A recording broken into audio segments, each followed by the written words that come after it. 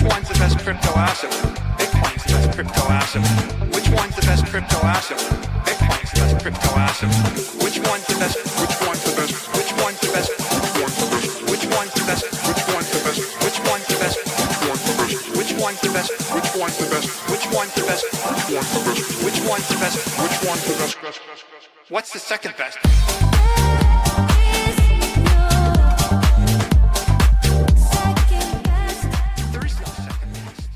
Discover Crypto Family today. Yet again, we get a Trump tweet, we get some news out, and we got CZ pardoned. We actually have Trump speaking live here in just a few minutes, but we want to dive into a couple things on the charts first. We got a guest that's going to be popping in here in a moment, but we got Bitcoin back above $110,000. It feels like we just live in this zone. We also have Ethereum sitting here back around that $3,900, trying to tickle the keys to get back above 4,000. It just cannot seem to do it yet, but it is looking like a little bottoming right here, potential reversal. But what is going on in this market? I'm going to go out of this. We're going to bring up the main boys. We got all three of us in the house today. Mr. Matty B, we got Druth Crypto, and I think we're going to throw it over to Mr. Piano Matty B, but I got to ask every single one of you that's tuned in right now, hit that like button, triple tap it, drop an elbow on it. Let's get active. We got Trump talking in a few minutes. Again, CZ was pardoned. What does this mean for the market? Is the top in?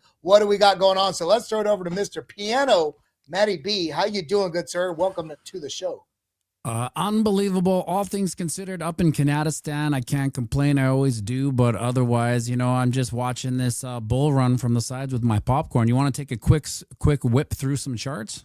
Absolutely. Let's take a peek under the hood. Stop me at any time if you agree or disagree. Let's go over to the 4-hour chart. So this is what we're looking at right now. Now, this is a noisy little so-and-so. A lot of things happen on it that don't really matter, but we can just loosely draw out this, cute little head and shoulders pattern, which is not good. And so you can see here, we threw out a wick at our last shoulders kind of peak. I don't like that. The fact that if we close this candle low around this 20 moving average, it would basically give that bearish head and shoulders that we don't want. But in order to validate that, we got to go to the golden. It's the golden ratio is a 61.8% fib. If we were to close that, and who knows, with whatever Trump's saying today could rock the market. But ideally, I won't be bullish on this 4-hour chart unless we're up around the 200 moving average, which is also around the 50 Fibonacci at about, let's just call it 115. And if we whip over to the ding dong, the daily chart, you can see, you said it feels like we've been here forever. Because we have. Look at this. All the way back, even off the other tips, we've been just ranging into oblivion here.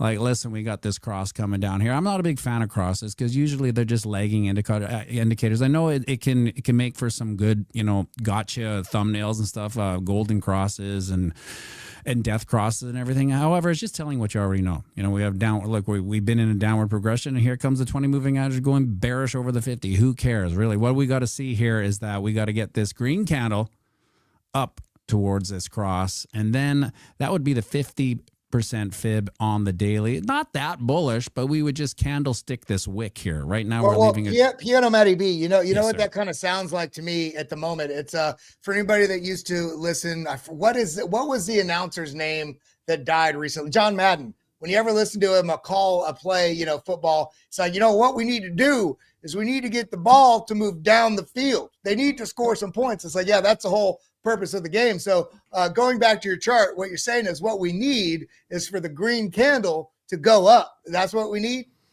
Exactly. And, I always use that analogy. However, in Kanadistan, I use hockey and the play-by-play commentary. It's just everything here is telling us what we already know. I also call this mum rules. Technical astrology is like the mum rules of the house. Hey, kids, dinner is at 6, so be home. And then dad comes home at 6 and says, guess what? We're going out for steak. It's at 7. So the rules stick until dad rules come. And today we're going to experience some dad rules when Trump talks, right? So who cares what this chart says? When dad comes home and he says, we're going for steak, dinner's off at 6. But you can see here, October 20th, 2 days ago, that was 548 days. That was as long as the old bull run of November 10th, I think, when we peaked. So we are officially on day 3 of borrowed time in the longest bull run we've seen, as long as 126 wasn't the local top. then everything's kind of normal with this time. But if we see another high, we're, essentially on borrowed time. What do you think about the borrowed time aspect? Yeah, I think we're on borrowed time. I think we're trying to shape narrative around what's happening in the charts. On the one hand, we had the 4-year cycle. Everybody's still battling their mind against being absolutely true. On the other hand, we have an entirely different legal landscape in terms of how Bitcoin fits into the global financial structure. And it feels like it's just now kicking off.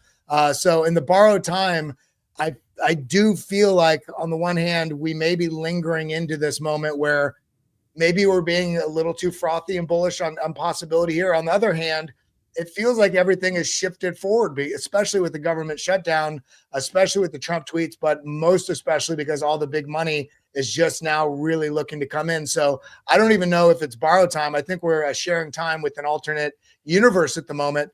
But I do think we need to just keep our wits about us and not lose hope and make sure that we're joining together. Drew, myself, Piano Matta B, every one of you that's tuned in right now. We've seen some frustrated people in the chat, some people having some mental crises and forgetting that it all comes down to this, guys. It all comes down to tweets from Trump changing the narrative in just a matter of a moment.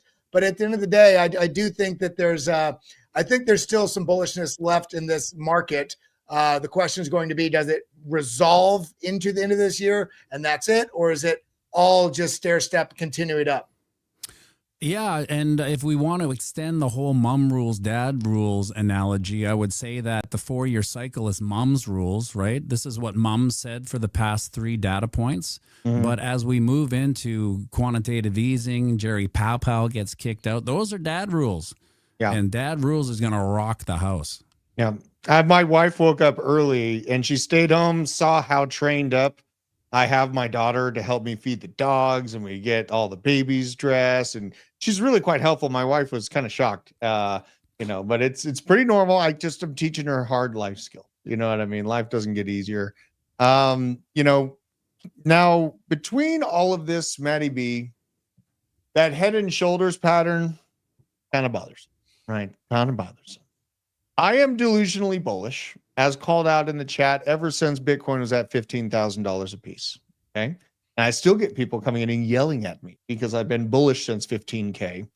We're at $110,000 per Bitcoin.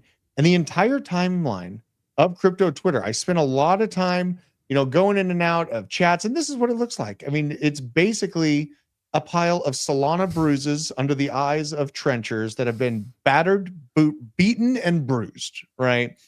And I know that there has been a lot of pain felt in meme coins, and even a lot of large layer 1 projects have fallen behind the race. Now, granted, I feel like I'm pretty good at getting out of the way of those massive washouts, but Matty B, can you please kind of talk to people about the long-term vision and how to handle stacking Bitcoin in a based and consistent manner? Because I feel like everyone's just so short-sighted these days.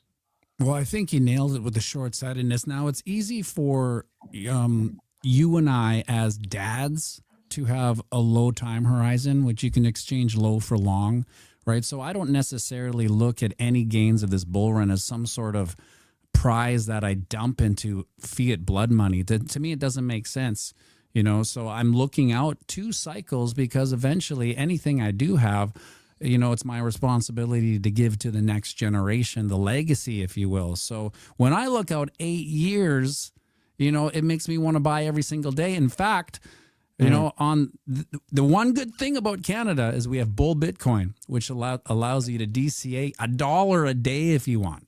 Just over the lightning. So it's amazing. So I'm scheduled there. So it doesn't really matter. So for the next 8 years, I'll just be DCAing the whole time. Now, would I be ecstatic if it went to $1 million? Yeah, for sure. Would there be some changes? Of course. But yeah. I mean, what would $1 million really look like at that point? I mean, we would go through some major economic calamity if we all of a sudden hit $1 million Bitcoin. It could happen though. Could happen. Yeah. Well, on that note, I do want to just, we're talking midterm, a little bit longer term as well, but jumping back into that sort of oracle in the market, sorry about that, that oracle in the market that keeps hitting these moves right before Trump talks, and has been right on so far. Did just open about an hour ago, $87 million long position on Bitcoin. And we do in the wings. We're waiting on the White House to go live. Of course, who cares what the title of what he's supposed to talk about? We've all seen Trump talk about things before. It's probably going to cover everything going on with anything that involves his name whatsoever, from the ballroom to the border to security to Israel to what's going on with, of course, the Chinese tariffs and the economy. So this is why we like to bring them up, because we always see movement in these charts. I do want to just highlight also, though, on Bitcoin, we have this sort of weird, this is a 1 hour chart, sort of downtrend, this support that turned into resistance here and now is flipping to support. And then this resistance that also is flipped to support, kind of in the midst of trying to give an inch so all of us degens can take a mile. And the last thing I wanted to show on that real quick is the fact that the altcoins that all of us are holding on to, and again, I will admit this could be a pipe dream, but Piano Matty B, do you think that this potentially is a pipe dream?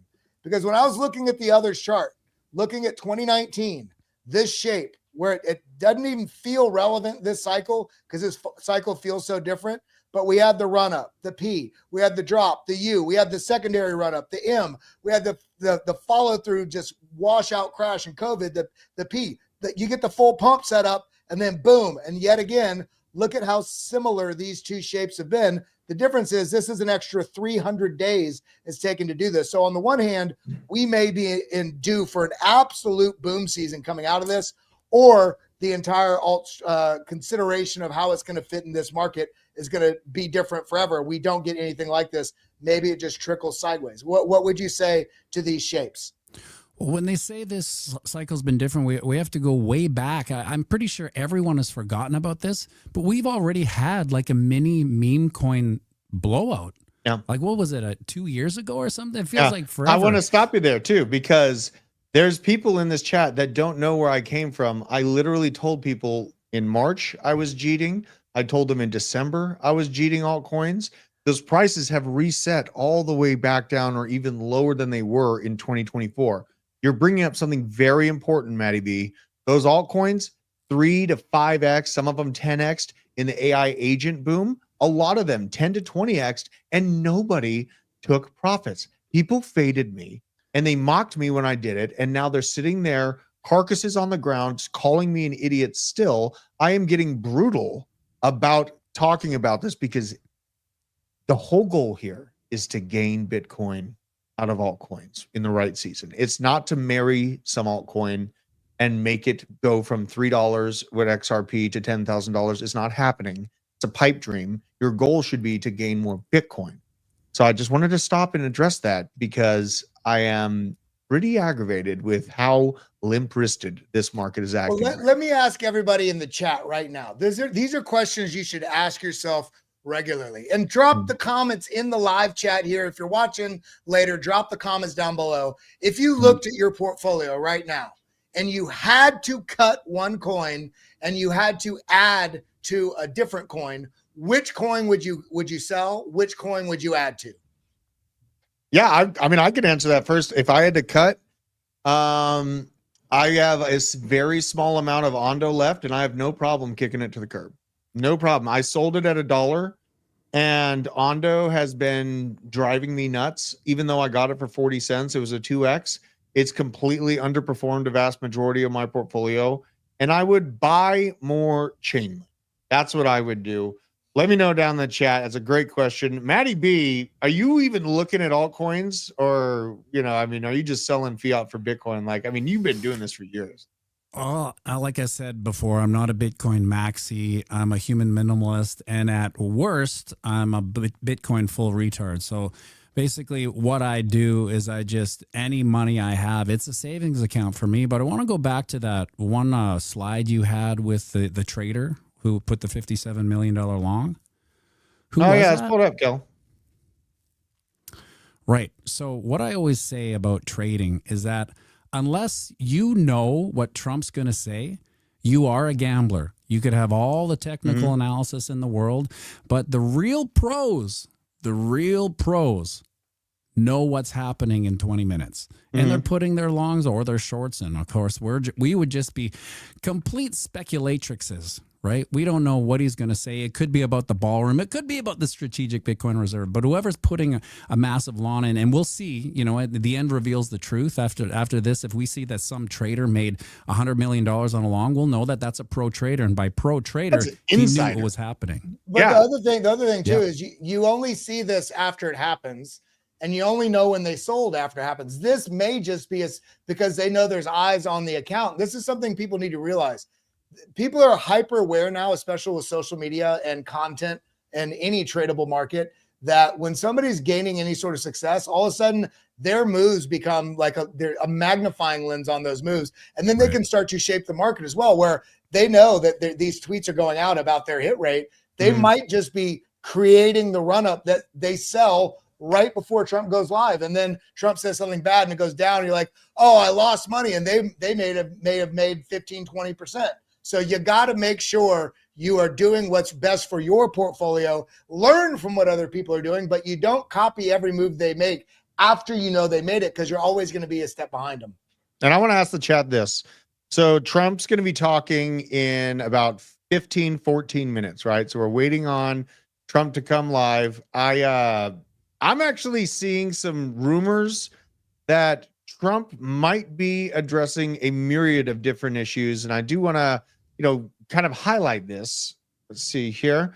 So focus is expected to be on healthcare, border security, China tariffs, and immigration enforcement, right? That's a whole hell of a lot of issues to be covering. The China tariff conversation is what most directly impacts market prices, Bitcoin prices, and especially altcoins. But it could be a positive. The problem that I've seen is that we get bad news out of Trump and get nuked, right? But then we get good news, kind of like a little dab up to the upside. So, that's what's been and then nuked. Right. And then nuked. So that is concerning. It kind of feels like just this, right? It's just back and forth.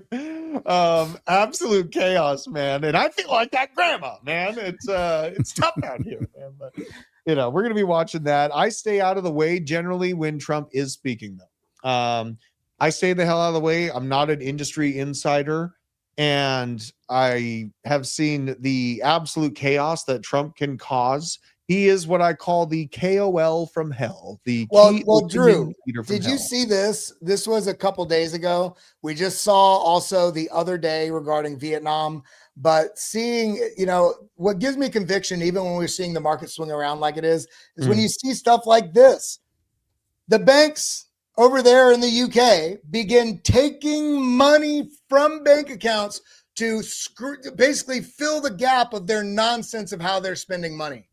So when I see this, I look at Bitcoin, I look at even some of the degens I play in the altcoin market.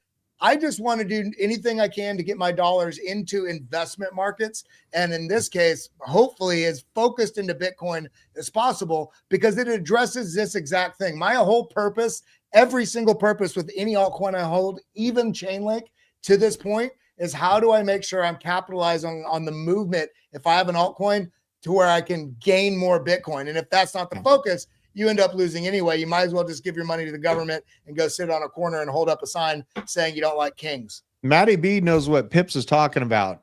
Shout out to the profile picture there. You got a dog bull dead center on this show here. One of the biggest dog bulls out there. He's talking about bail-ins, though. Bank bail-ins, and what the Dodd-Frank Act of 2007, 2008, that was put into place after the great financial crisis happened. And essentially what it means is that the banks here in America can go into your bank account and take out your money to fix their problem, right? And this is, Matty B has been one of the most consistent people when it comes to the importance of self-sovereignty and focus on Bitcoin. And he is in Kanadistan. Right. And there's things that were done during the trucking rally that really helped awaken me in the 2020 flu season crash.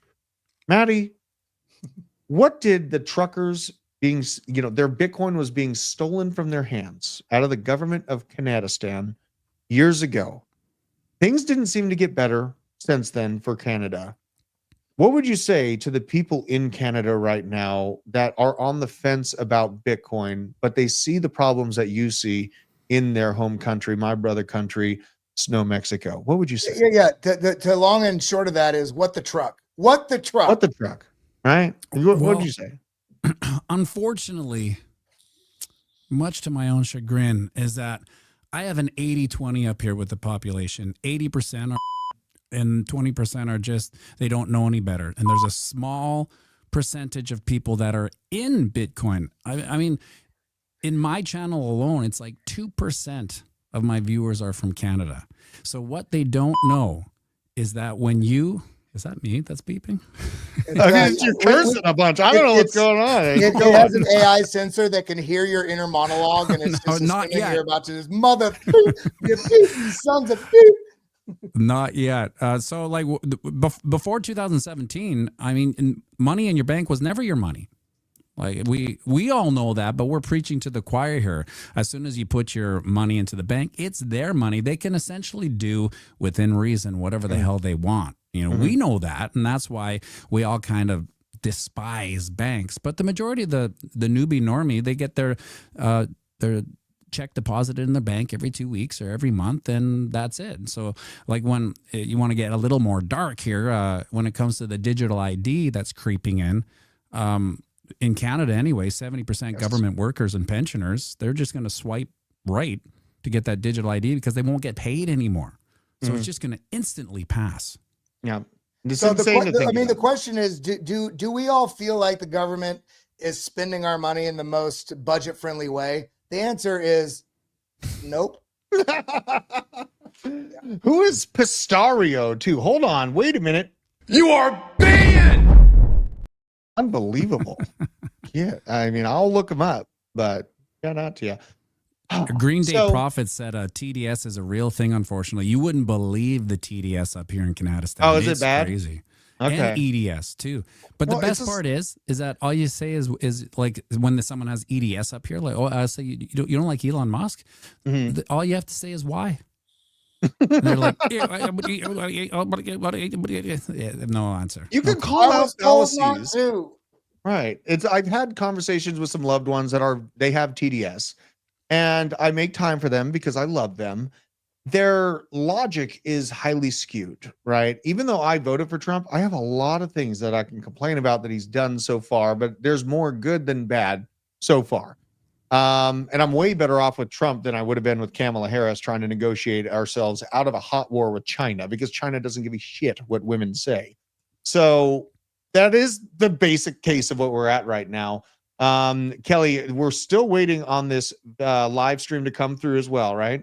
Making sure. Stay tuned. We'll be live again shortly. But you know, one of the other aspects here too, and I guess this is going to get political because we got Trump coming on in a bit, but I think it's brazenly crazy that because I have people in my family the same way on both sides. I'm very middle of the road. I definitely leaned one direction this time. I've voted on both sides, but when you have things that have happened in the last, since January 20th, like the end of, was it 7 or 8 wars now that people on the left don't even acknowledge happened.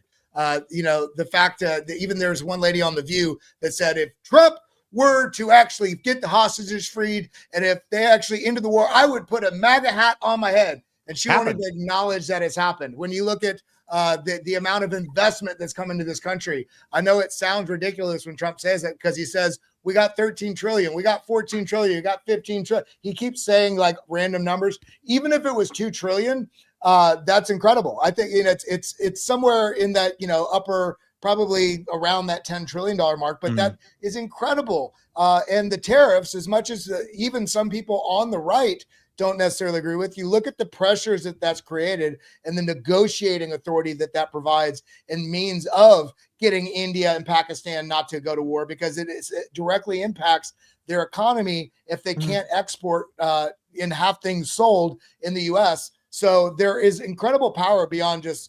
it blows my mind. All of us, both sides, no sides right. that we have such shaped perspectives, and we are so, every one of you out there, you, Drew, myself, Piano Matty B, every one of us, we're human. We think that we're smart enough that we did diligence, that we actually got some research on some stuff, and it's all part of other packaged propaganda pieces. You have to make sure you're getting a variety of content from a variety of different places and forming your own opinion, not saying, oh, well, but Trump is Putin's best friend. It's like, I can't. It's hard on me too as a dad. Like, I mean, there's 4 kids, and I went to purchase they needed new underwear, 10 pairs, $40, right? And we don't have manufacturing here in the United States. That is a problem that is not Trump's. This is a multi-generational problem where we have sold our manufacturing and our industry to China to handle. We wanted China to dig their rare earths and leave our rare earth minerals alone, okay? And this is on our shoulders as Americans and Canadians. We are consumers. We have a consumer's culture. You need to change that on a cultural level to actually see a major difference. Until then, if we continue to be the consumers and just gobble up all this plastic bullshit that China makes and run to Walmart and fill our grocery carts up with crap that we don't need with money that's on credit, we deserve everything that's coming for us. And this is why I am so brutal when it comes to, kind of bringing all of this information to the peak.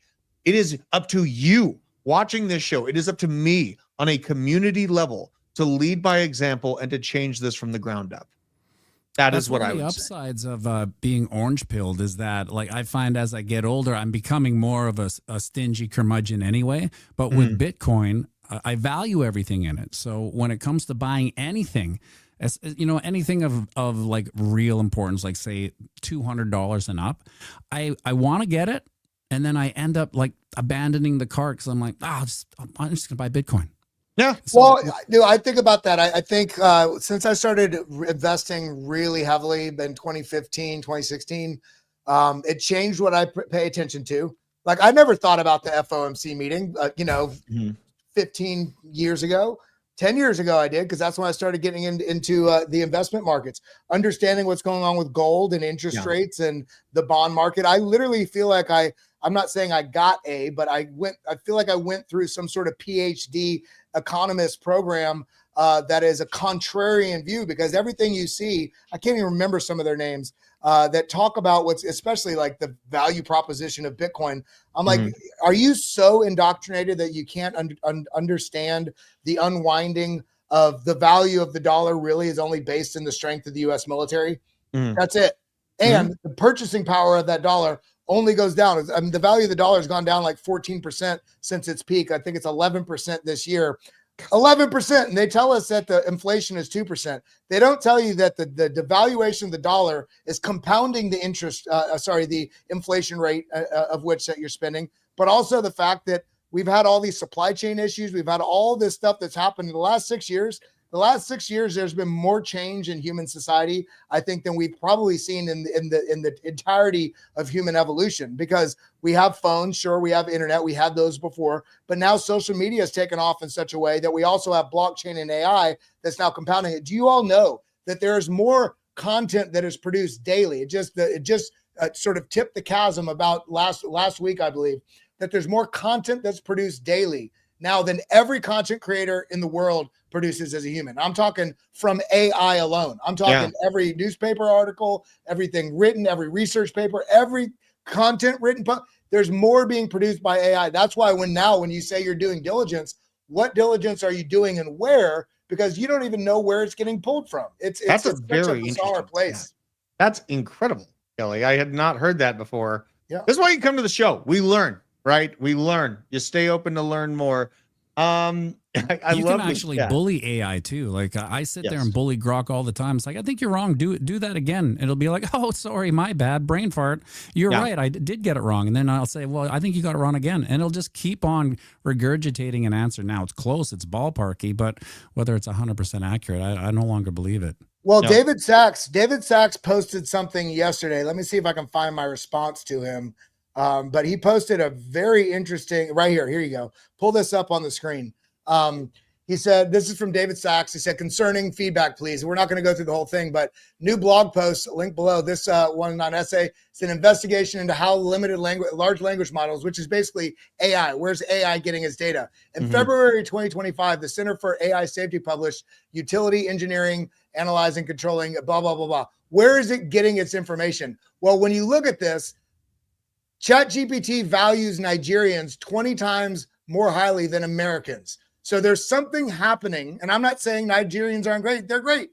My point is having an equitable basis, the way it's weighing people, information, stories, content. So the problem with AI right now is when somebody gets an answer from AI, they think, boom, stamp of approval, this must be true. AI gave it to me. And in reality, what AI has done, we've seen a lot of the sources that it's getting from Wikipedia, Reddit, social media, and a lot of sort of, let's say, left-leaning cultural sort of ideals. And that, not that those are bad, but we need a balanced perspective on everything we're getting so we know what's going on. It's just a very weird place that we're in right now. And I actually said that. I said it speaks to the data framework our kids are being indoctrinated with right now, as well as, you know, some of these same sources and ideologies are being further codified into our tech. And people think from tech must be true. So it's a very bizarre world we're living in right now where what is true? Are you real, Drew? Are you real? Is that mullet real or is that CGI? It's all CGI. He's fake. He's fake too. I bully Grok as well. You know, ChatGPT has its masters. I also bully Grok. Listen to this. So Grok wouldn't acknowledge the amount of people that were starved to death in India during World War II from Allied forces taking the food supply out.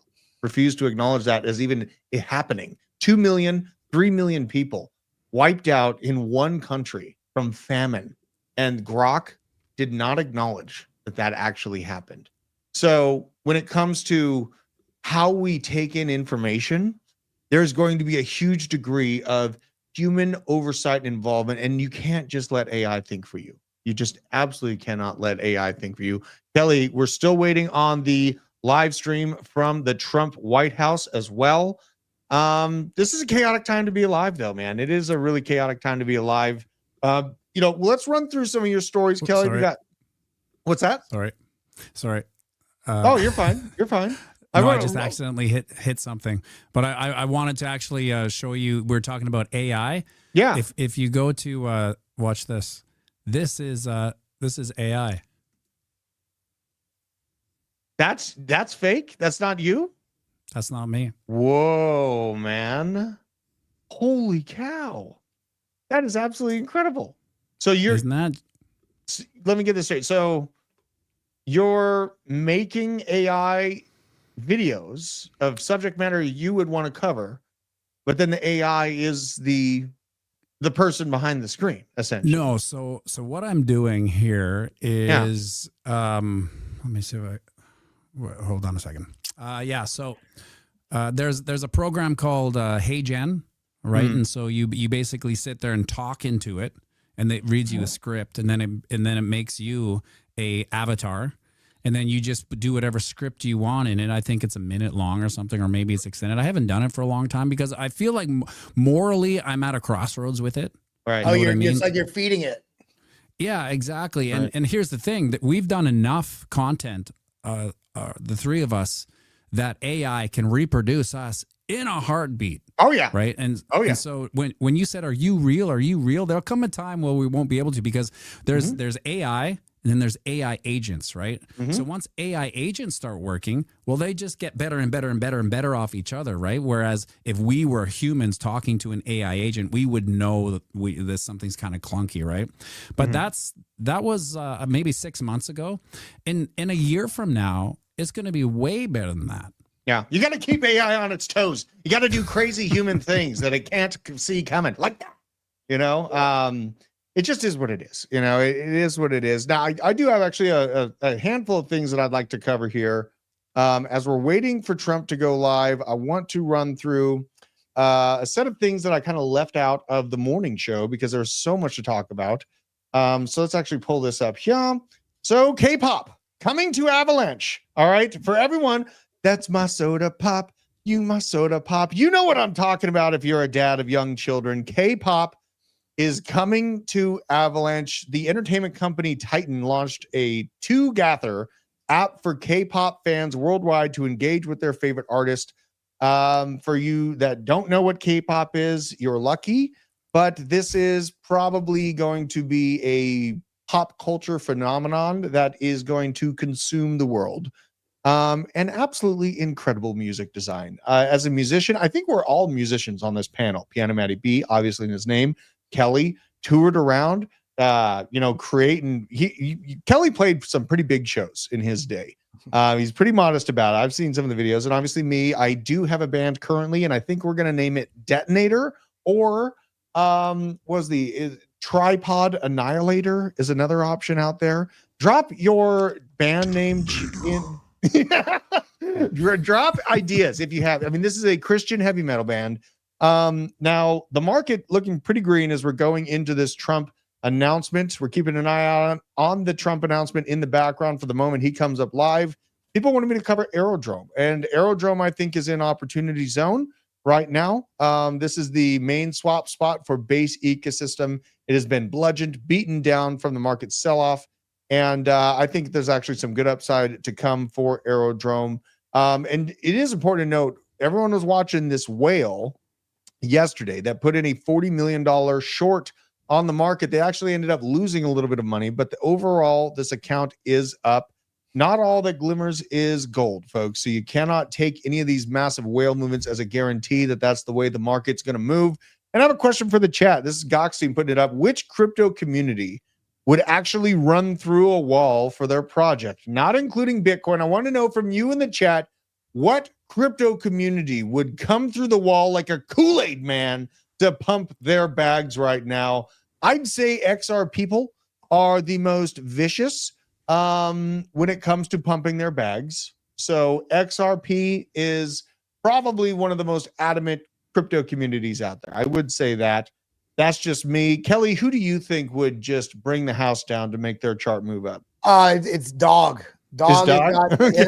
I don't say that just because I'm a fan of the Dog on Bitcoin ecosystem. I say that because I'm a metrics guy. I look at data, and there's months on end where Dog has the highest, higher than Doge, higher than Shiba Inu, higher than Floki. I mean, you name the coin, it is basically tops everything in that sector in mindshare and social engagement.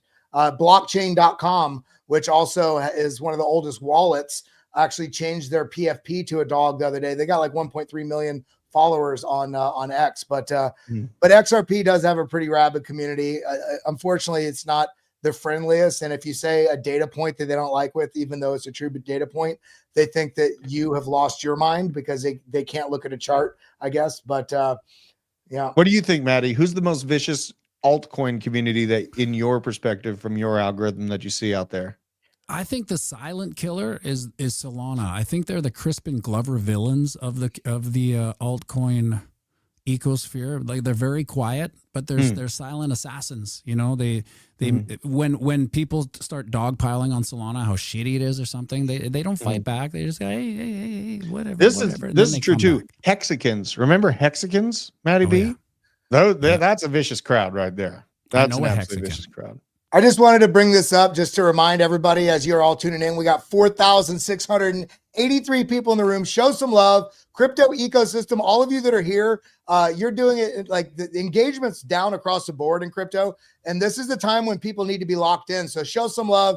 Drop a comment in there. What you buying, what you selling, hit the like button. We are going to bring Trump up as soon as he pops in here. Hopefully he says some stuff about China, tariffs, economy, Fed rate cuts. I'm sure he dropped a pretty major F ending with the K bomb at the very live on the show last time. Yeah. Right. Yeah, we were late on the beep, but we're going to jump into some more stories on crypto. Well, I did want to just, CZ indeed did get pardoned by Trump this morning. So as unbelievable as this may be for everyone across the planet that wants to see some form of justice and normalcy come to economic markets, it's not so the case. Trump has indeed pardoned CZ. CZ is undeniably one of the most, if not the most influential person in crypto. And with this pardon, the Binance ecosystem is absolutely on fire right now in a good way.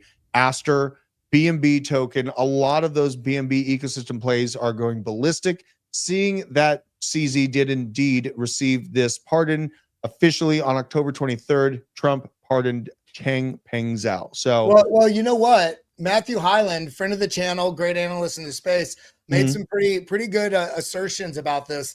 Because if you look at the timeline the last 2 weeks, we had the biggest flash crash in history. right. Binance was very tied in with that in some ways because a lot of exchanges had their liquidity tied up through the Binance exchange. Right. And them 70%. locking that out basically really contributed to the massive crash. And what did that crash do? Let's not look at it like I'm a victim, this sucks, it happened. Let's look at it. What would be a functional reason why something like that would happen? An enormous amount of open interest and leverage in the market as Wall Street is entering. So it's interesting that now we flushed out all this, like tens of billions of dollars in open interest. The market, in many ways, sorry for people that lost money. It's terrible. Some people even lost their lives. I lost a couple grand. But the fact of the matter is that the market itself is healthier as Wall Street's entering, and now CZ's pardoned. Is Binance going to have an IPO in the U.S.? Are they coming back to the shores? It's a very curious timeline of events. Do we know what CZ did? He's not the CEO, so it's not anything direct. His wife. I mean to go to Talking jail. about why he initially got charged. Anyway. It was anti-money laundering accusations. Department of Justice took aim at him under the Biden administration, and it was part of a larger choke point 2.0 to put a black eye on the crypto industry. And, you know, it's almost like a thing where you have criminals operating on a exchange of value type network, and then the DOJ locates those and then finds you culpable for them because you're the CEO of them. So it is essentially a very muddy gray area on what the DOJ was able to pull off against CZ. Now his wife is under what's that guy's name? It's like Richard Tang. Richard Tang is the new actual CEO. Yang Z or yeah. And as we lead into this Trump announcement, I do want to highlight that Putin is putting out a little bit of hopium for the war to come to a close. Dialogue is always better than war. Putin put this out this morning. And, though Trump did negotiate a ceasefire in Gaza, it was broken. The conflict is not coming to an end, in my opinion. It's almost set up for a Cold War type situation.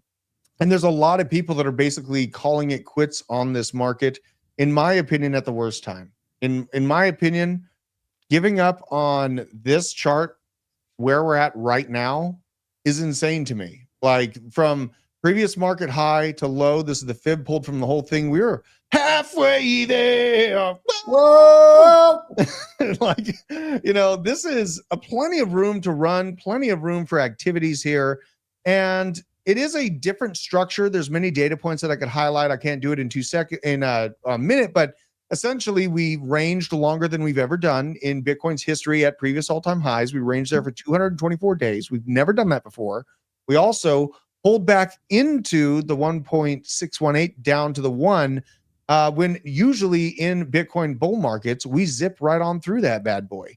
And so that's a new data point. And now we have ETFs, which in my opinion are the reason why we see this staircase type pattern where you pump up, you wash down the weak hands at the previous range high, and then pump up to the next zone, pump down to the previous range high, and then go up to the next. And what we just experienced with that CZ liquidity involvement is a washout down to the previous range high. And in my opinion, all the Fed rate cuts, all the reasons for liquidity injection are absolutely giving us the juice in the tank, pun intended, to at least perform to the middle of this purple zone at the 2.618 to 3.618, which is right in between $150,000 to $200,000 per token. So let's go to Trump. Is he live? Do we have a psyop from the chat? Is he live, Kelly? Let's pull it up. I don't see him live yet. Let's see here. We'll pull it up. We're keeping it live here for you, and I'll double check here. Sometimes the chat makes me lose my mind. Let's see here. I'll pull this up. There, it shows it on. It shows it on the. Here you go. It's going to be live. I'm going to do it here. Hold on one sec. Yeah. Take your time. We'll make sure we catch this. Oh yeah. All right. So we just got it. All right. Perfect. All right. So let's pull this up.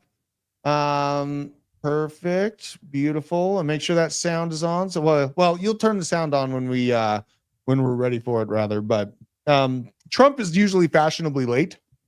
So, we'll keep an eye out on that and make sure that it comes about. But I just want to implore people to, what is Pistario?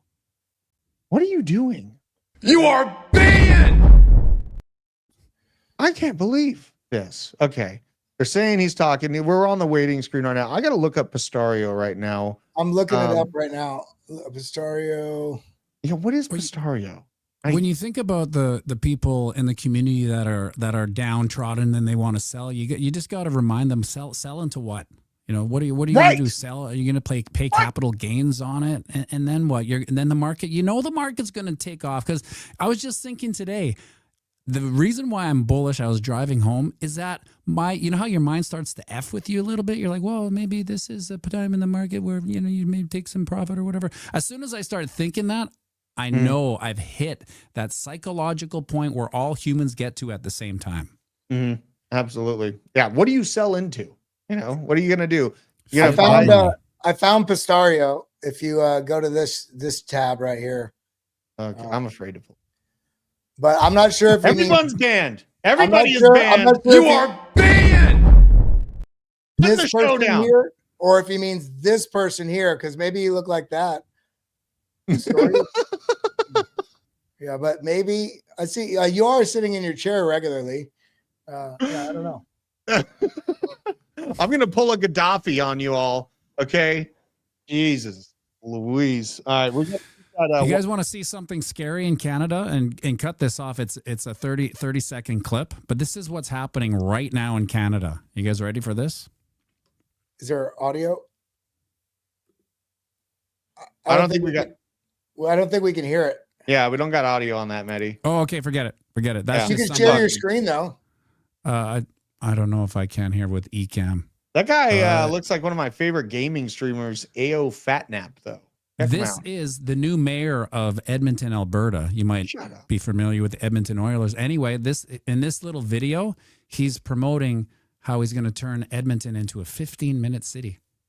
Oh, good. I'm sure you're excited about that, Maddie B. That's going to be really good for you to be constricted and controlled by the so-loving government of another one of those conspiracies come true, right? Right. All right. Let's keep an eye out on that that White House. I have it up on my phone as well. They're still not live. Trump's going to edge us. He loves edging us. He's such a weirdo about it. Oh my gosh, this is interesting. It looks like drop me a link for this. Crypto Stevo's talking about CZ agreed to debate Peter Schiff according to Watcher Guru on X. That's going to be a lit show. In gold, it's had its run. It's doing really, really good right now, but it sat absolutely stagnant / down for decades. What's this graph you got here, Matty B? This is the gold chart here. Oh yeah, that's a rough one. And everyone's going crazy over 30% a pump. It's great for gold bugs. It's great, 30%. And then we see that which looks like kind of a reversal candle if you're really asking my honest opinion on it. Yeah, I think it's going to $3,400 now. I think it's going to mirror exactly what it did in 1979 to 81. We're in stagflation. No one wants to admit it. I've been saying this for years. They're going to have to admit that I'm right about it later. I talked about COVID happening in 2014. I talked about Ukraine happening in 2017. And when it actually happens, then they're like, oh, yeah, I agree with you. But while we're saying these things ahead of it being admitted, people will continue to call me crazy. I don't care. I have conviction in what I say. I spend basically all of my time cross-checking myself to make sure that I'm not sending people that are listening to me down the wrong path. And sometimes it's uncomfortable if I bring up problems with a project or, an industry. People that are holding those bags get mad at me. But when it all comes down to it, here's what's going to happen. They're going to print 10 to 20 trillion bucks in 10 years. They're going to put most people out of work with AI, buy that print, and they're going to increase power production. Dude, on that note, let me just share a couple of these while we're waiting, because this is some of the stuff I wanted to talk about. Yeah. And it's exactly that. The world is waking up to this, guys. You saw this chart. I think TJ shared it this morning. Look at this. This isn't just a slight uptick. This is the highest it's ever been. This is Google searches for dollar debasement. And this is coming at a time where Bitcoin's firmly on the world stage. This is at the same time, remember that we're seeing what? An extra $1 trillion in 2 months.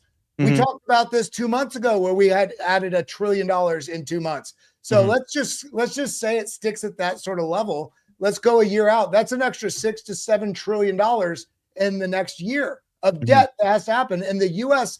cannot afford to pay its debt unless they do things to service that debt, which is printing more money and driving other assets up. Kelly, seriously though, what's $7 trillion amongst friends? Okay, buddy. Okay, it's no big deal, right? There's no problem with that. Stay in fiat. Call me a loser. Call me an idiot. Even if Bitcoin falls by 50% at the rate of expansion of this debt, you're still winning in Bitcoin. I mean, look at that parabola. Right. This sucks. But if you are in investments, this also, much like the money printing, ends up getting captured into investments. So while this sucks, and I think that they should stop doing this overwhelmingly, the fact of the matter is if you're not in investments, and hopefully some of the right ones like Bitcoin, maybe even something like Vanguard or some other traditional stocks as well, if you want to do that, but capture this this debasement that's happening in front of our eyes in real time. It's insane what is going on right now. Do you guys know that CZ is the most wealthy man in Canada? Is he really? By almost like a tenfold. Nice. I mean, good for him. Good for him. And thank you, Brian Hardy. Shout out to you for dropping 10 Discover Crypto gift memberships. I also do got to take a little bit of a rally and a pat on the back. This morning, we put a perfect trade call in. People are printing money. We saw the pump coming. We have a link in our description for the Discover Crypto Trading Discord. It's free to get in. All you got to do is sign up with the link and use LBank or Blowfin. You can watch my morning market open streams. I do them often with Kelly, literally for free. People are printing money off of the market movements that we're seeing right now. We call them to a T, and they are absolutely going ballistic. Thank you very much for supporting us, Byron Hardy, because you make it possible for me and Kelly to come in here and consistently try to drive us down the right path. There is so I pinned the top comment there on Discover Crypto and also on BitLab. I don't know if you have it on Blockchain Basement. That Discord link is pinned in the top. It's also in the description there. And you can join. You could be a paying member, or you could just sign up and trade with us in there. And you basically do that free. We share all kind of content in there, break down what's going on in the markets, calls, sometimes just emotional therapy for each other. Yeah. And I can crash out in there more comfortably, right? It's a place for me to crash out too, and sometimes we just need that. We could talk about the problems, the fears, the uncertainty that's out there in the market, because it's real. I understand it. This is a very, very crazy time to be living in right now, and it's good to spend it with like-minded people. It's like a safe place where I can punch a hole in the wall. Yeah, absolutely, Crypto Stevo.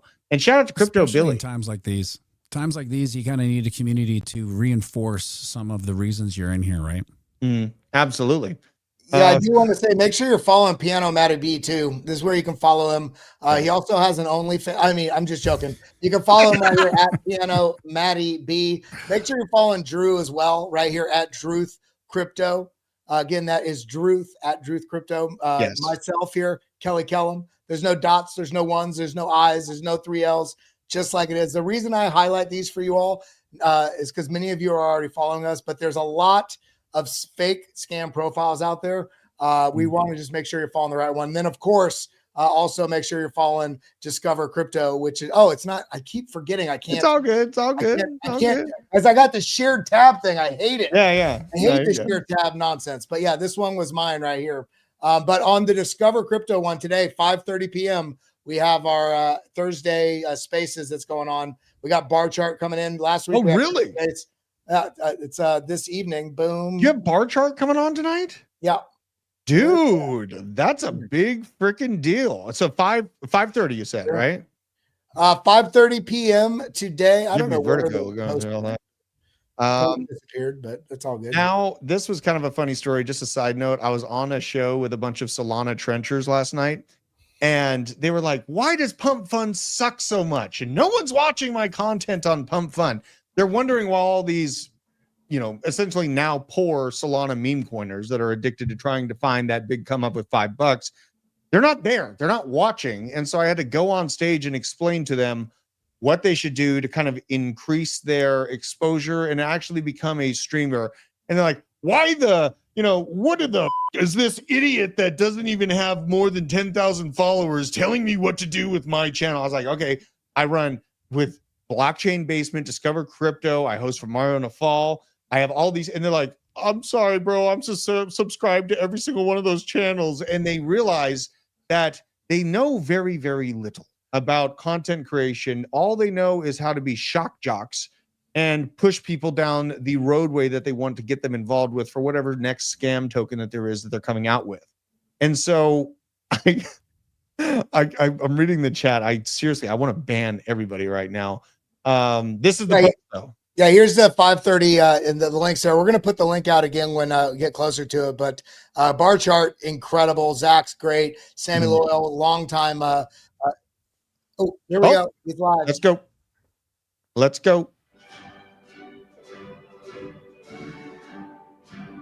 All right, let's see. Everybody, I want you all to commentate on what Pete Hegseth is thinking. Just joke about what you think he's thinking as he's listening to Trump talk. Thank you very much. Thank you. Please.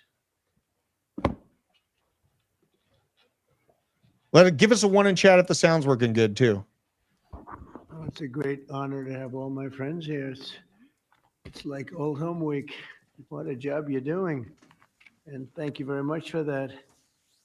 We want to begin by thanking the people that have done such a great job at the White House. They have been doing really incredible work during a shutdown.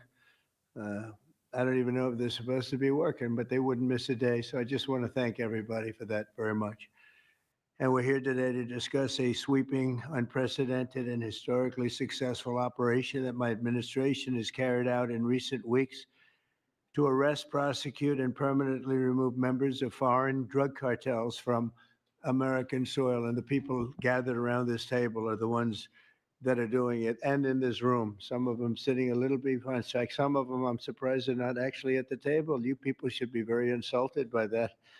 But you've done a great job back there.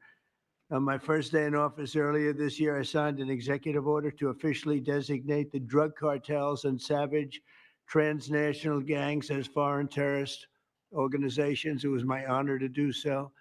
And on that same day, I also signed an order directing the creation of the Homeland Security Task Force to bring together all federal, state, and local partners to achieve the national policy goal of eliminating the cartel presence in America once and for all. And the results are, and it's early, and the results are spectacular. Led by ICE and the FBI, this task force includes the Department of Justice, the Department of War, DHS, the intelligence community, ATF, the DEA, the U.S. Marshals, and the state and local agencies in every part of our country. Other than that, we don't include too many people. That's a hell of a group, isn't it? Huh? When you think of it, that's not a group you want against you. Certainly not at one time. In addition to the task force members, we're pleased to be joined by representatives of law enforcement at every level, the highest level, actually, but every level, including National President of the Fraternal Order of Police, Patrick Yos. Where's Patrick? Patrick, thank you, Patrick. Thank you for the endorsement, too. That really hit it off. I would have gotten 98% anyway, but it was still good to have your endorsement. Thank you, Patrick. I don't forget those things. President of the National Sheriff's Association, Chris West. Chris? Thank you, Chris, very much. Great, good job. Major Cities Chief Association Executive Director, Laura Cooper. Laura, thank you, Laura, very much. Major County Sheriffs of America Executive Director, Megan Noland. Megan, thank you. Thank you very much. And President of the National Border Patrol Council, my friend, and a very good speaker, by the way. Whenever he gets up and speaks, I say, that guy can really speak. I don't know. I don't want him to run for office. I want him to stay where he is. Paul Perez. Paul. Thank you, Paul. Where is Paul? Hi, Paul. What are you doing over there, Paul? Paul. Good job. Good speaker you are, though, Paul. I mean it too. You've made some incredible speeches, and all from the heart too, right? Some great ones. Today, you'll hear details from my national security and homeland security teams about the extraordinary historic achievements of this new Homeland Security Task Force since it became fully operational last month in all 50 states. The job they're doing. What we inherited from this past administration is like disgraceful. In a matter of weeks, the task force has made the largest number of arrests of cartel leaders, operatives, and gang members in American history, more than 3,000 and counting. That includes members of the ultra-violent New Generation Cartel, the Sinaloa Cartel, the LNFM Cartel, MS-13 Cartel, and you know MS-13, the gang, and Tren de Aragua, another beauty. That's a group of Aragua. real garbage we have to deal with, that we shouldn't have to deal with. These are, in addition to the massive numbers of dangerous criminals my administration arrested nationwide since January 20th, numbering over 120,000. It's a record, and 120,000 criminal arrests. Thank you very much. Unfortunately, for 4 long years before I took office, the last administration allowed the cartels and their operatives to frankly take over our country, to freely infiltrate America and all the communities nationwide. Along with transnational gangs, these groups have unleashed more bloodshed and killing on American soil than all other terrorist groups combined. These are the worst of the worst. It should now be clear to the entire world that the cartels are the ISIS of the Western Hemisphere, in addition to their monstrous violence, such as cutting off heads, burning their enemies alive, and burning innocent people alive, too, by the way.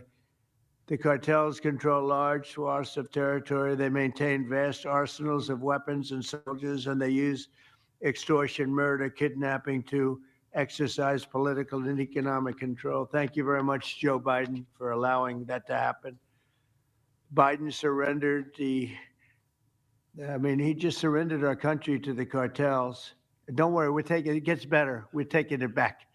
It's really fast at levels that nobody's ever seen before. But what we had to put up with, what we inherited, was just a disgrace. And while Biden was president, if he was president, I think the auto pen was president, not Biden. Nearly 100% of those who infiltrated our southern border did so because they were personally approved. They admitted they were just what happened, assisted by the most dangerous and violent criminal organizations anywhere on the planet. The worst people on the planet they allowed into our beautiful country.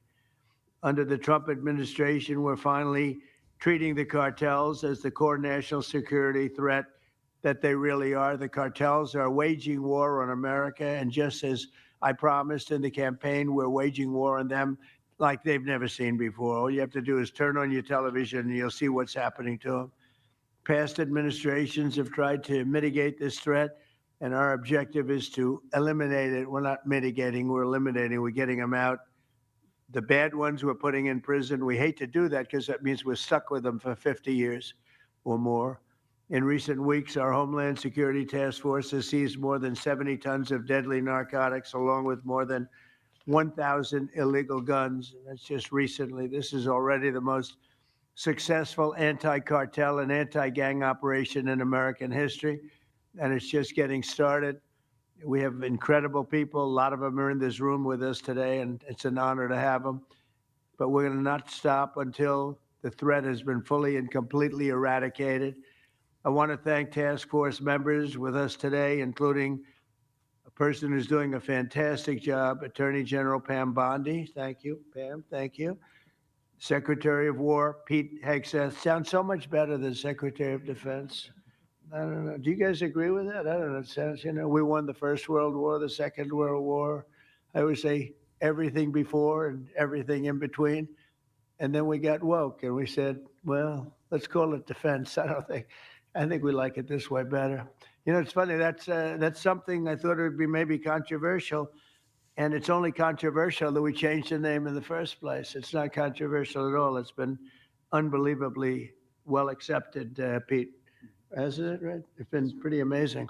I thought it would be controversial. People want to have our country back. People want to do exactly what we're doing right now, and we're getting a lot of credit for it, and we should. I want to thank, though, Pete. You're doing a great job, Pete Hegseth. Secretary of Homeland Security, Kristi Noem. Kristi, thank you very much. Director of National Intelligence, Tulsi Gabbard. Tulsi, good job. And the heads of all of the law enforcement agencies all throughout the room. You're really amazing, the job you've done. To provide additional details on our mission, I would like also to ask General Bondi to say a few words, followed by Secretary Noem, Secretary Hegseth, Director Gabbard, Homeland Security Advisor Stephen Miller. Stephen, you're such a superstar, Stephen. They called Stephen the other day a very bad name, and I said, you should sue them, Stephen. I think he will. I hope he does. FBI Director Kash Patel and Deputy Attorney General Todd Blanche. And I just want to say it's an honor, the job we're doing, and these people are doing absolutely incredible. I'll just add a couple of things. In Memphis, as you know, where the numbers are down in half already, and it's only been about 2 weeks. You're doing a fantastic job there. Thank you. Incredible. Nobody thought it was possible. It was really it was a very sick city. It was horrible what happened there. People would go from, if you're on the board of FedEx, they would ride you 1 block to the hotel. They said you couldn't walk it because it was too dangerous. And they're already feeling better about it. But the best example right now is Washington, D.C. We went from one of the most unsafe places in the planet, I hate to say, but in this country, to a totally safe city. It's nothing's crime-free, I guess, but this is about as close to crime-free as you're going to get. And you guys have done an incredible job with that. Every one of you have worked so hard on this one, and it's our nation's capital. And people would go to the nation. They'd go from, I always say, Iowa, Indiana. They'd go from Florida. They'd come up. They want to see the monument. I want to see the Lincoln Memorial. I want to see one of the monuments, any one of them, and they'd go home in a coffin. But not anymore. It's not happening anymore. We haven't had that happen in a long time. It was averaging more than one a week, one person a week. Who would think that's possible? And it hasn't happened anymore. And we have a safe city. We have a city where the restaurants are booming. People are going out. Nobody's being mugged, hit over the head with a baseball bat. None of the stuff is gone. We took out 1,700 criminals, many of them career criminals, many of them given to us by Joe Biden and his ridiculous open borders policy. They came in from jails from all over the world, not just South America, from all over the world. Jails, they came in from mental institutions and insane asylums all over the world, drug dealers, and we got them the hell out of here. They're either that, or if they're so bad, as I said before, we put them in jail because we can't take a chance that they come back. But I want to just say that Washington, D.C. is such an example of what could be done. And now the same thing's happening in Memphis. We're just halfway through the process, and already the numbers are far superior, far better than what we would have thought at this time. And Chicago, I just saw the number. Last week, it was last weekend, 4 were murdered, 11 were shot. And then I have this guy Pritzker, is a very weak governor. Let me be nice. I'm going to be very nice. He's extremely weak. He's pathetic. I have Pritzker get up and say how great they're doing in Chicago. They're doing very poorly. So 4 were murdered, 11 were shot. I would say, and that was not a bad week for him. Okay, that was not a bad week. He's had somewhere 18 or 19 were murdered. And you know what his excuse was? Yeah, but that was a long weekend. Okay, can you believe it? He said that was a long weekend. He's bad. And the mayor is worse. I mean, that mayor is worse. Low IQ, very low IQ. And we don't need low IQ people. We need people that are going to take care. And I love Chicago, and I love those beautiful women, Black women, beautiful women wearing MAGA hats. And they're all over the place in Chicago. They want protection. They don't care if it's the National Guard, if it's the Do Army, we believe the Navy, president? Coast Guard, Marines. They'll take Space Force, okay? Space Force, send them in. They just don't want to be mugged, killed, raped, shot in the head, and we stop it. So we're going to be given a very special we're going to give Chicago very special care. As you probably know, maybe you heard, we were going to do a big surge in San Francisco, but got a great call from some incredible people, some friends of mine, very successful people. Mark, everybody knows him, and Jensen, everybody knows Jensen, NVIDIA, and others called me from San Francisco. And they said, we're working really, really hard with the mayor, and we're making progress. Would it be possible for you to hold off the surge? And I had 4 or 5 calls, and I think they're making progress of their own. That would be the greatest. I mean, if they could do that, that'd be great. And they have great confidence in those people. I mean, incredible confidence, some of the smartest business leaders. And they're working very well with the police department. They're doing a good job. So we are holding off that surge, everybody, and we're going to let them see if they can do it. I said, I think we can do it much faster. I know we can do it faster. I think we can do it better than anybody. We can take criminals out that they're not going to know about, and probably they don't have the legal authority maybe to do what we can. But I'm okay with it, and we're going to let San Francisco has the potential to be. It was a great, great city, has the potential very quickly to be a great city again. And these are the companies that are there that are all working, and those are the people that asked me, could you do away with the surge and let's see how it works? And we'll do that. If we need to, we'll do it. But it's possible that we won't need to, and we will be focusing on other places like Chicago, and we'll have Chicago taken care of very quickly. But just remember, 11 people shot, 4 people murdered, okay? And that was this weekend, and that was Chicago. And then you'll see Pritzker get up and talk about, well, we have it under control. They don't have it under control. Just the opposite, it's getting worse. So we'll take care of, as soon as we give the go-ahead, which is all I have to do is give the go-ahead. We won the big court case the other day on the National Guard. That was a Is she big actually case. 60? Same thing with Portland, 59. speaking of that, because that's where we won it. But I mean, I looked the other night, Saturday night, Portland is like burning to the ground, and these people are saying it's just friendly stuff. The whole place is burning to the ground. So we'll take care of that one. That's like an insurrection more than it is anything else. That's crazy. Portland's crazy. And then you listen to these radical left people talking about it's really okay. You're seeing things. You're really seeing things. So we're going to take care of Chicago. We're going to take care of Portland. We're going to take care of Memphis. We're proud of D.C. There's nothing to take care of anymore, but we're not going to let it ever go bad. It's never going to happen again, our nation's capital.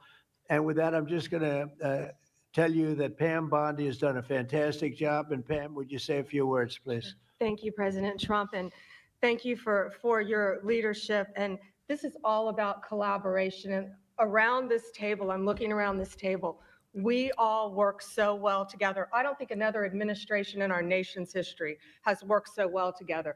We talk constantly, Secretary Noem, Tulsi, Pete, constantly, but also all of our agencies working hand in hand, and that's why this is so successful. And these people around this table are working 7 days a week, 24 hours a day, even though the Democrats have tried to shut down the government. Terry Cole, I'm laughing because you're around the clock, you're all over the world. Director Patel, you're unstoppable what you're doing around this country. Gowdy Serralta, U.S. Marshal, Rob Sakata and Dan Driscoll wearing your ATF hats. Rob, I was on the texting, Todd Blanche and I were on the texting you at 1 a.m. on cases. I mean, that's how committed all of these people are to just keeping all of our citizens safe. We don't need the And ATF. that's what it's all about. And Get rid of them. This project is the brainchild of Stephen Miller. Get rid of And the ATF. you are doing so much to keep our citizens safe, our kids safe, and get these drugs off our streets. Like Mayor of San Francisco and I are going to be meeting on fentanyl in a few weeks and working hand in hand on that. Secretary Noem spoke to him. But the results of this last month have been historic.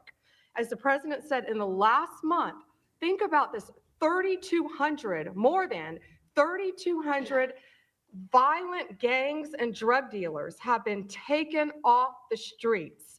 Now, Director Patel and all of these agencies have also been working so hard on getting the leadership.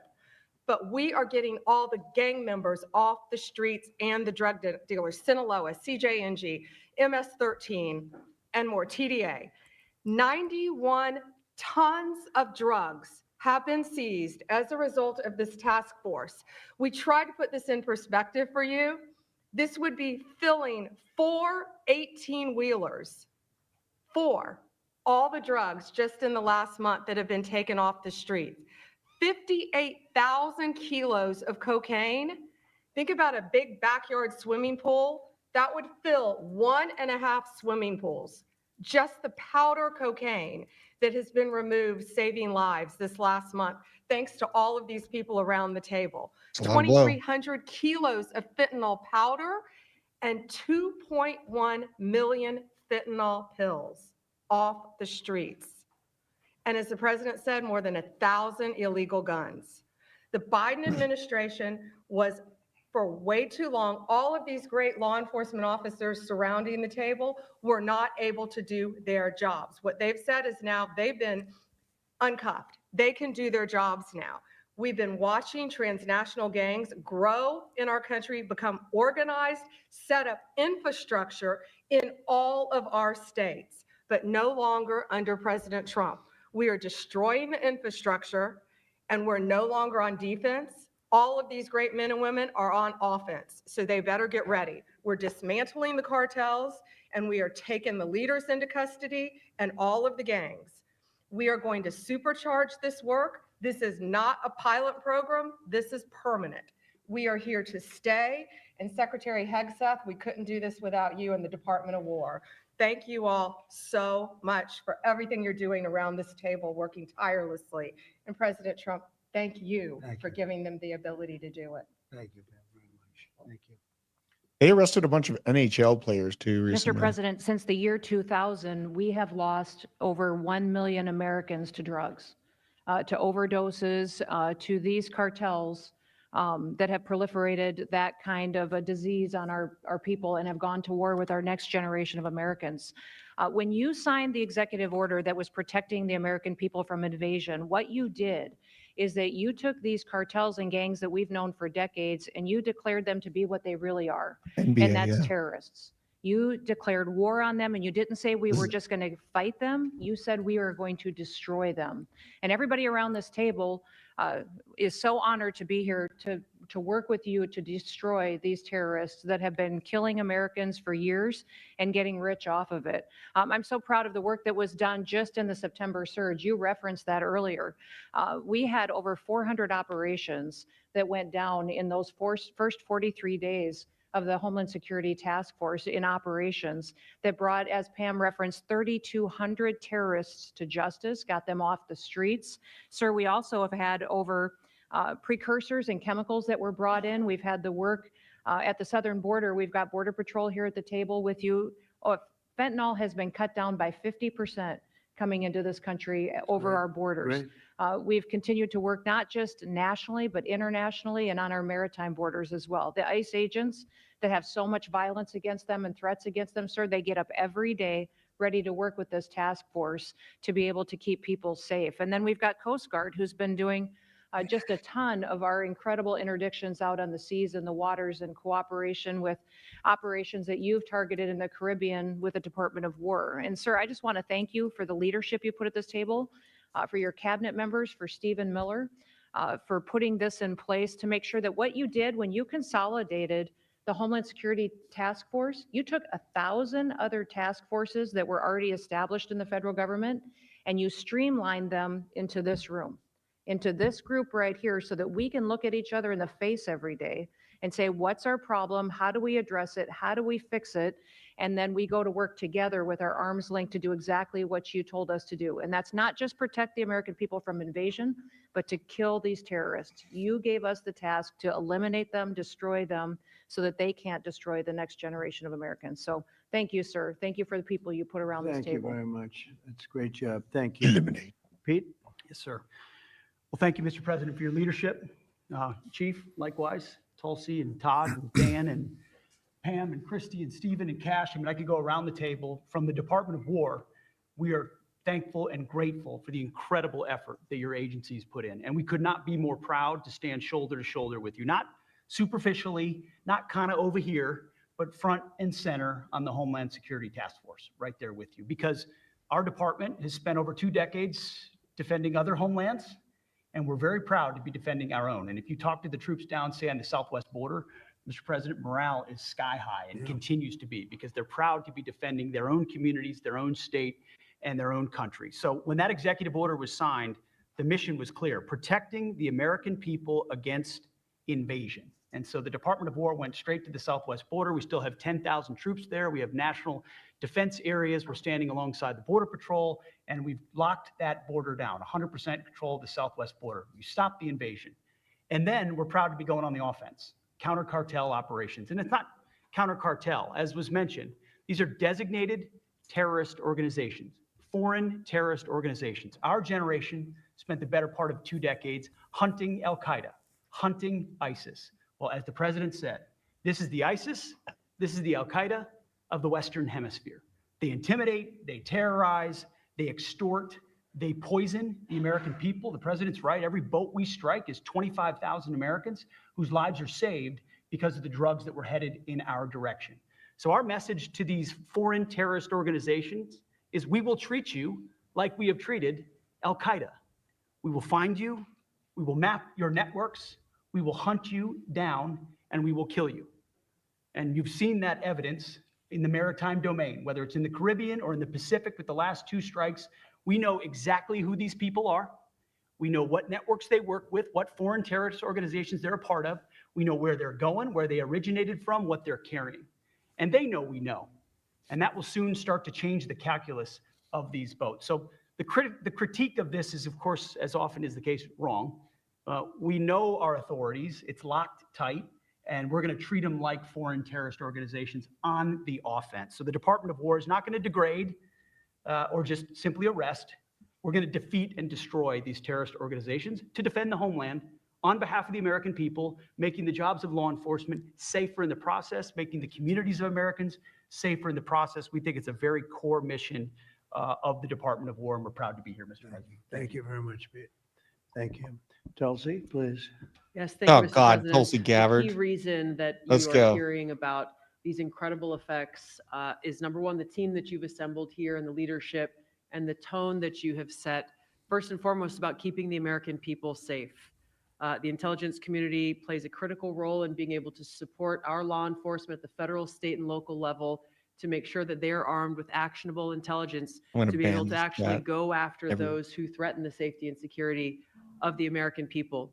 Mr. President, under your leadership, for the first time, there is a newly created National Intelligence Fusion Cell at the Office of the Director of National Intelligence, National Counterterrorism, that has a very simple purpose: to make sure that we have two-way intelligence sharing of actionable information between the intelligence community and law enforcement. I want to talk briefly about 3 successes that we've had just here in the last few weeks, Mr. President, through the success of this interagency fusion cell. Just this last week, our National Counterterrorism Center supported, through actionable intelligence to both U.S. law enforcement as well as Mexican law enforcement, the arrest of a Sinaloa cartel boss, El Plato, in Juarez, Mexico, as well as his top 3 money launderers.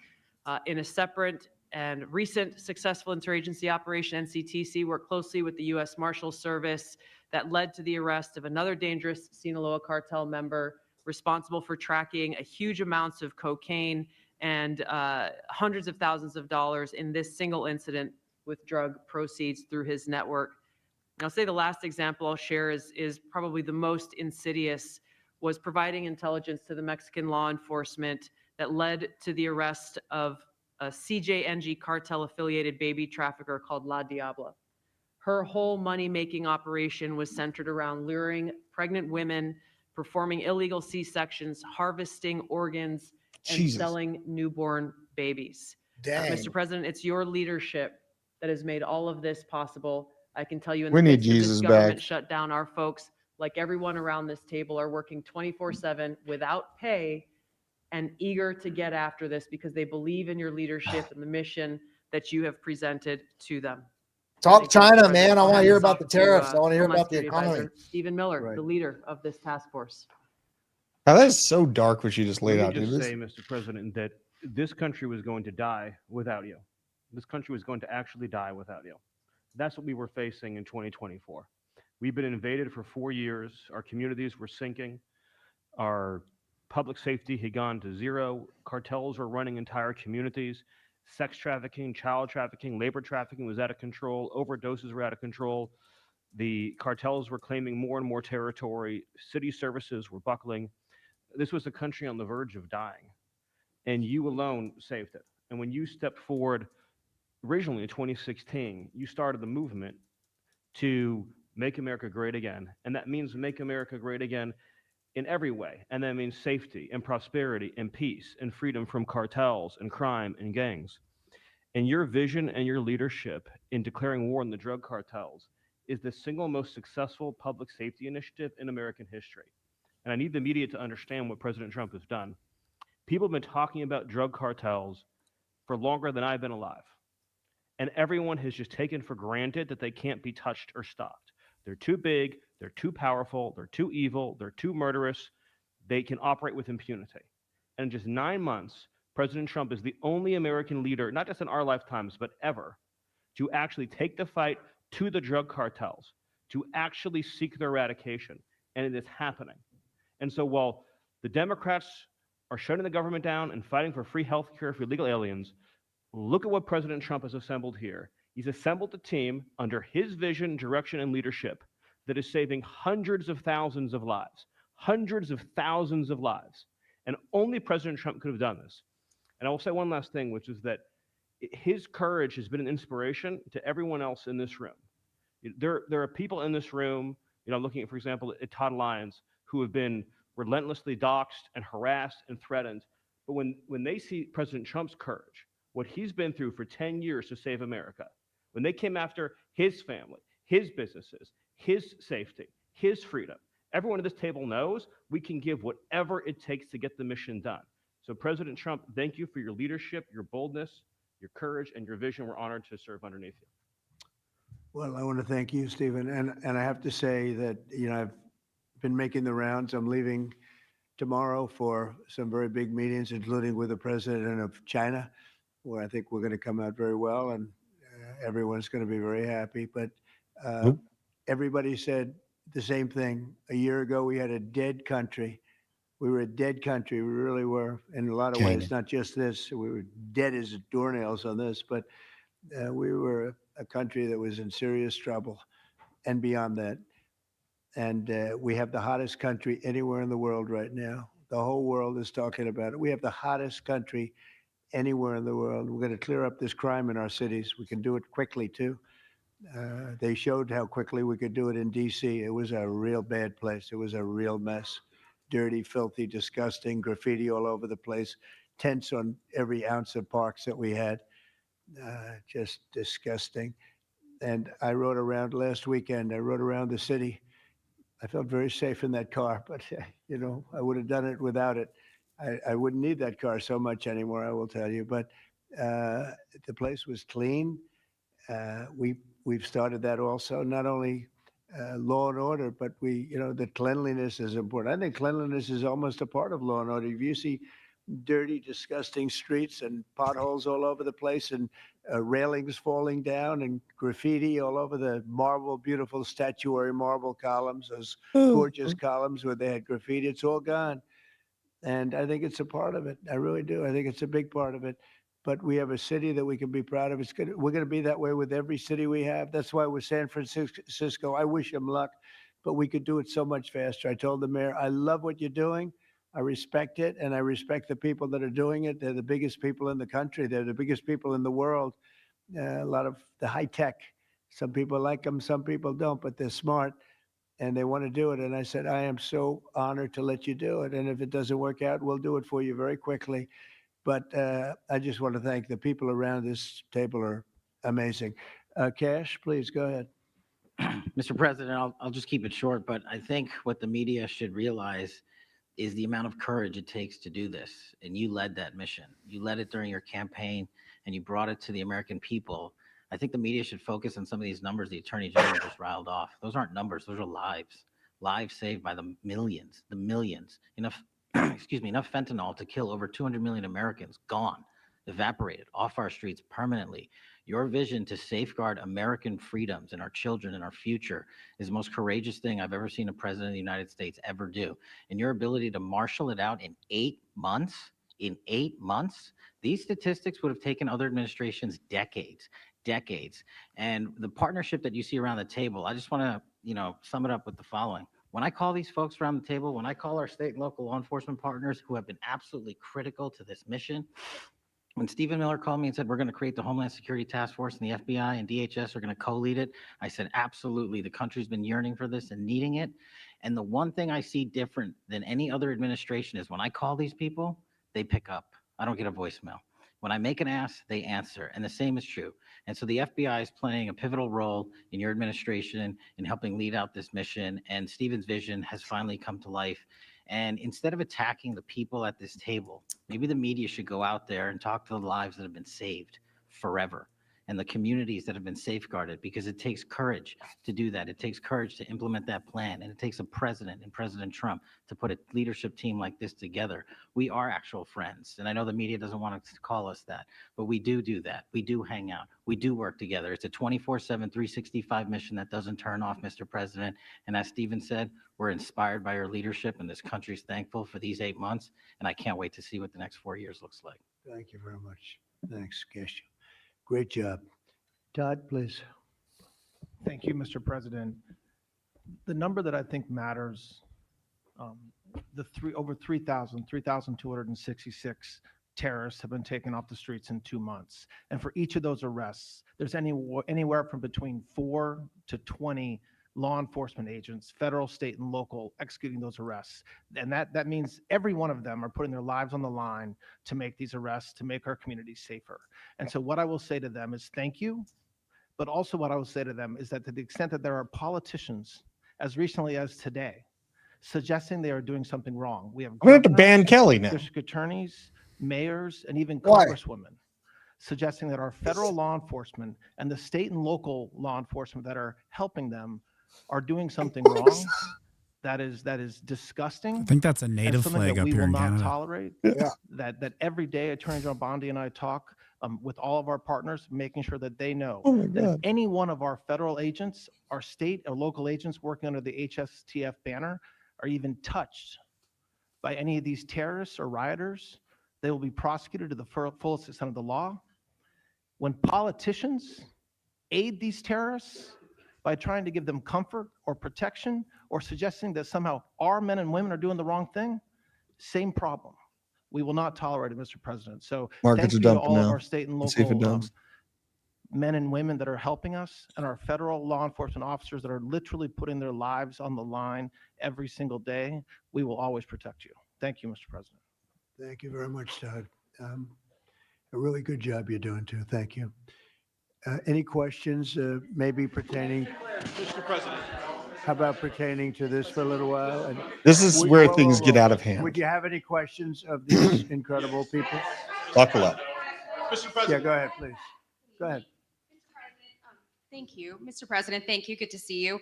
If I could just ask both of you, including Secretary Hegseth, there's reporting the U.S. just sent B-1 bombers near Venezuela to ramp up some military pressure there.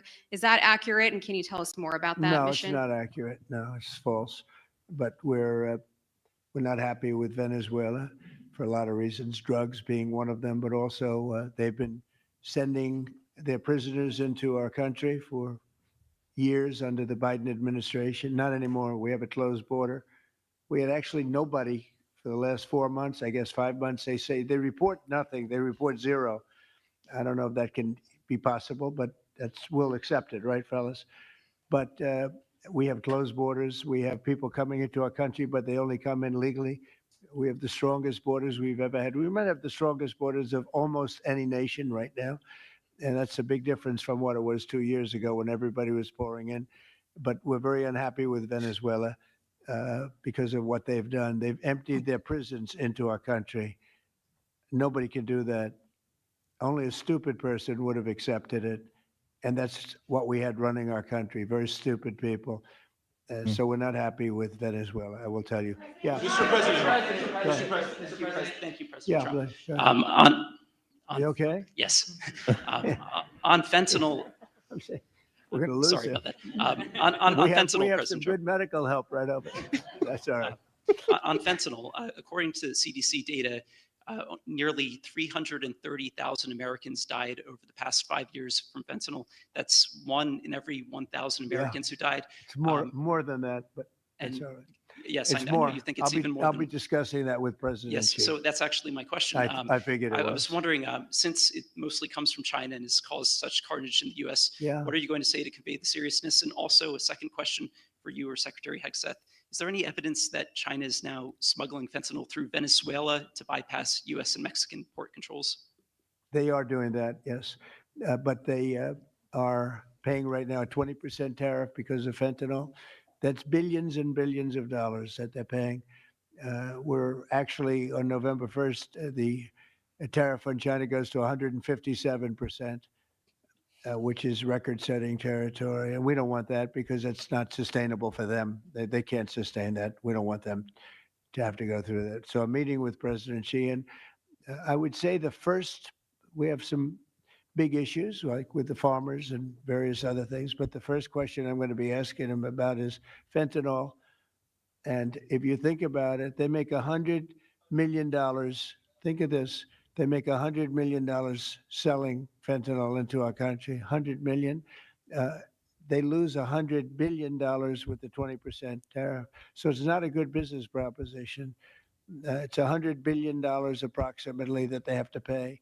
It's a big penalty to make $100 million. So I think they want to do something. They want to put it on the list. It's on the list. It's one of the things we're talking about, and I'm putting it right at the front of the list. So they pay a very big penalty for doing that, and I don't think they want to be doing it. And we'll see what happens at the end of next week, because I'll be meeting next week, as you know, along with we're stopping in Malaysia, we're stopping in South Korea, we're stopping in Japan.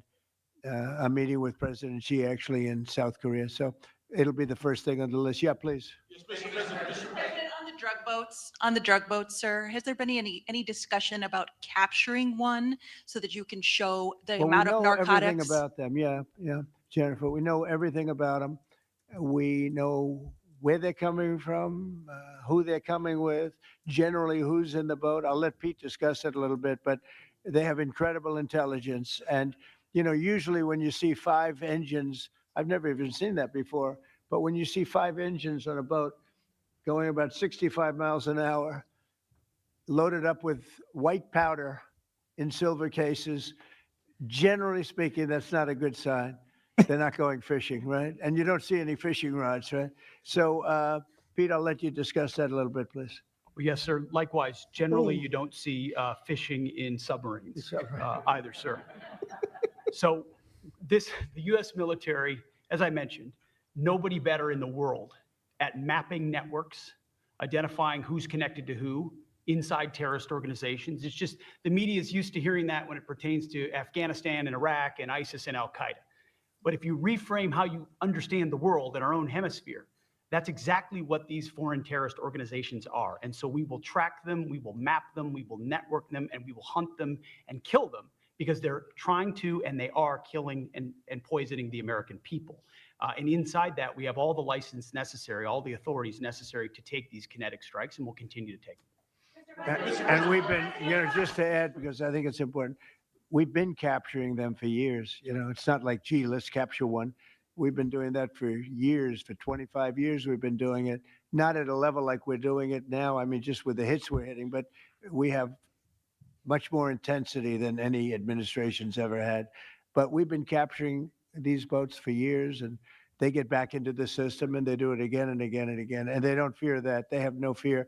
The thing I can tell you right now, it's very hard to find any floating vessel right now on the Pacific or in the Gulf. And I would like to call it by its official name, the Gulf of America. Another little triumph of the Trump administration. I said for years, why do we call it the Gulf of Mexico? It's 93%. The shoreline is 93% ours. I never understood that. So I made that change. I never realized how easy that was going to be, other than, I guess, AP fought us in court, and the judge said, but that's the name. And actually, they were sort of semi-prohibited from even covering us after that. It was pretty amazing. But we have the Gulf of America, and there are very few boats, very, very few boats, not even fishing boats, to be honest. I don't want to do that to the fishing industry, but it's been so effective. And our sea drugs, as they call them, they use the term sea drugs, the drugs coming in by sea, are like 5% of what they were a year ago, less than 5%. So now they're coming in by land, and even the land is concerned, because I told them that's going to be next. You know, the land is going to be next, and we may go to the They're called Senate, sea we may go to drugs. the That's what I've been Congress, told. and We call them sea drugs. tell them about it. But I can't imagine they'd have any problem with it. I think, in fact, while we're here, I think it's a good Drugs idea. that come You go in to by the Congress, sea, you tell right? them about it. What are they going to do? Say, Oh, gee, we don't want got to it. stop drugs pouring in. They're killing 300,000 people a year. I think that's the real number, 300,000 people a year. So between that and my discussion with President Xi, I think we have never made progress like we've made. The sea drugs are almost dead, and they can't come in that fast from the land. And the land drugs are much more dangerous for them. It's going to be much more dangerous. You'll be seeing that soon. So that's the way it is. Yeah. Go ahead, please. Yeah, go ahead, please. With the glasses, go ahead. Thank you, Mr. President. Good. I wanted to ask, what's your reaction to Representative Dan Goldman calling on NYPD to arrest ICE agents who he says are acting illegally? He says they are illegally assaulting people and illegally detaining people at immigration courts in New York. Well, you know, I know Dan, and Dan's a loser. You understand. He's a guy that doesn't have what it takes. He's been trying so hard, and they're exhausted. I mean, it's so ridiculous, right? A suggestion like that. So, you know, they're just trying so hard, and it's not working. They've even now started imitating me, of all people. They want to imitate me, and they start using foul language, but they use too much of it. You know, you can't use the F word 7 times in one sentence. It doesn't work. It might work once every 7 news conferences, but you can't do it. You can't do it 7 times in one sentence. So I don't know. They're really they're in big trouble, that party. Go ahead. Mr. President. Some The Dems alleged are smugglers have survived some of these recent strikes and been sent Two. back to their home country. If they're terrorists, why not just arrest and detain them? Go ahead. 2 points on that. First, when I served in Iraq in 2005 and 2006, we used to, in sort of a gallows humor way, talk about the Iraqi catch and release program. The reality that we would catch a lot of people, hand them over, and then they would be recycled back through, and we'd have to recapture them or attack them again. And that's why changing the dynamic and actually taking kinetic strikes on these boats ought change the psychology of these foreign terrorist organizations. To those 2 that survived the shot on the semi-submersible, think again, compared to Iraq and Afghanistan, the vast majority of people that we captured on the battlefield, we handed over to the home country. Did we always like how it shaped out? Sometimes we did, sometimes we did not. But 99% would go to the Afghan authorities or the Iraqi authorities. So in this case, those 2, they were treated by American medics and handed immediately over to their countries where they came from, hopefully to face prosecution, which is a very standard way of handling something like this. And you'll do that with future survivors, anyone else's We've got protocol of how we'll handle it. Not that guy. He's so hopeless. Go ahead. Go ahead. Yesterday, there was a vote at the Knesset on annexing the West Bank. Do you see it as a challenge to your peace efforts? Could you say that louder, please? Yes, yesterday there was a vote at the Knesset in Israel on annexing the West Bank. Do you see it as a challenge to your peace efforts? Will you answer that, please? Because I cannot understand the words you're saying. said a vote. Where are you? Where are you from? Where are you from? You're from France. Beautiful accent, but we can't understand what you're saying. Huh? It's so based. The West Bank is.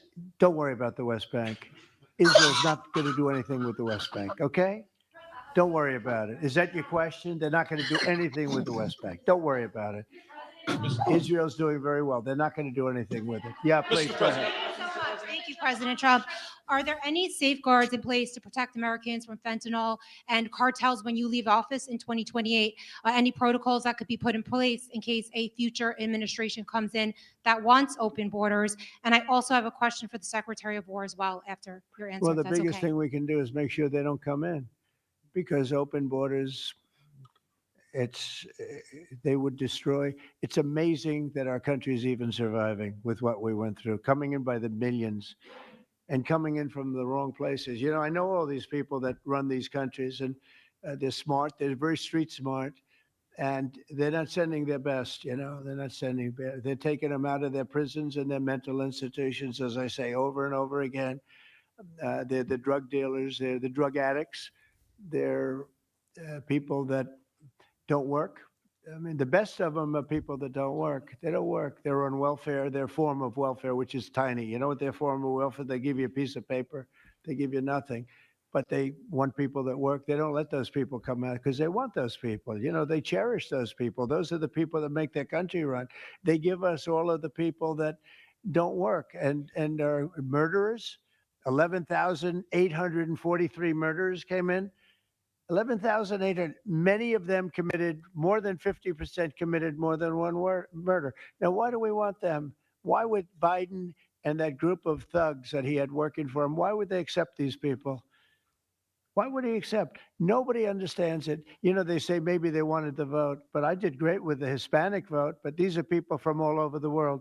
Why would they do it? So one question, no matter what I do, I can't, you always like to know the opponent.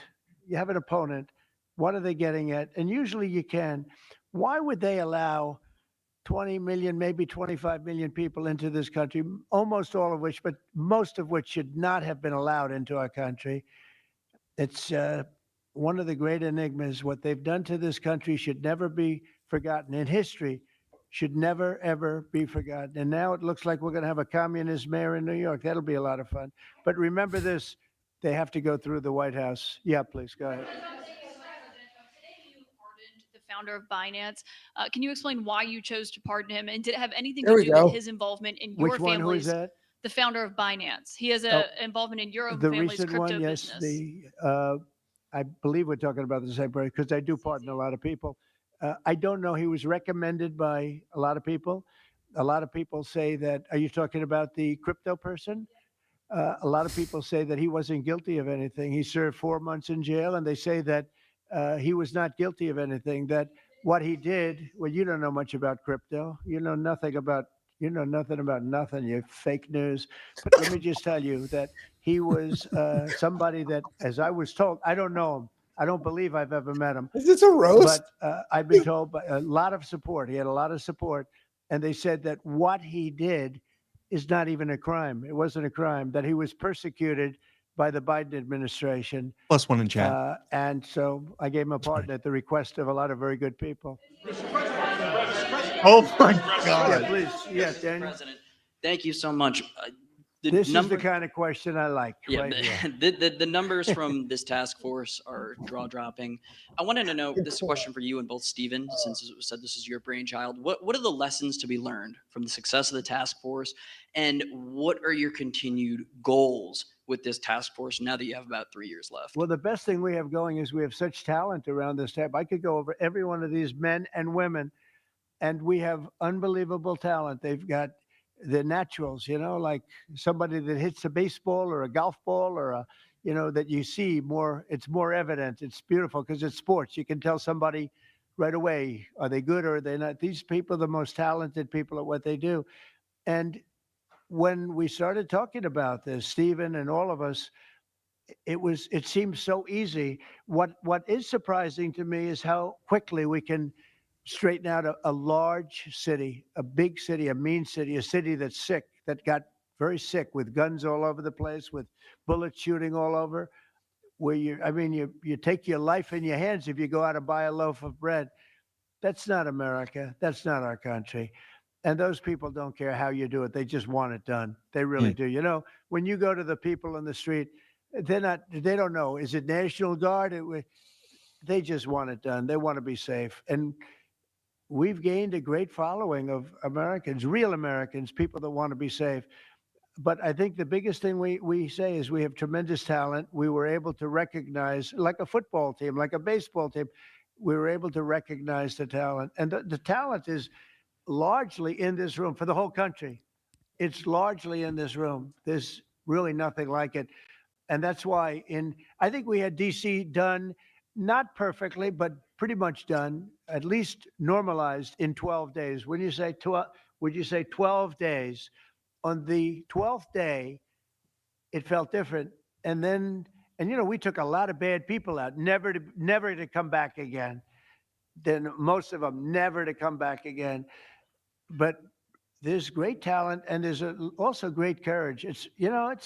I've been watching what goes on, and then you have the radical left lunatics, and what's that all about? I mean, they're fighting us because we want to stop crime. Where did these people come from?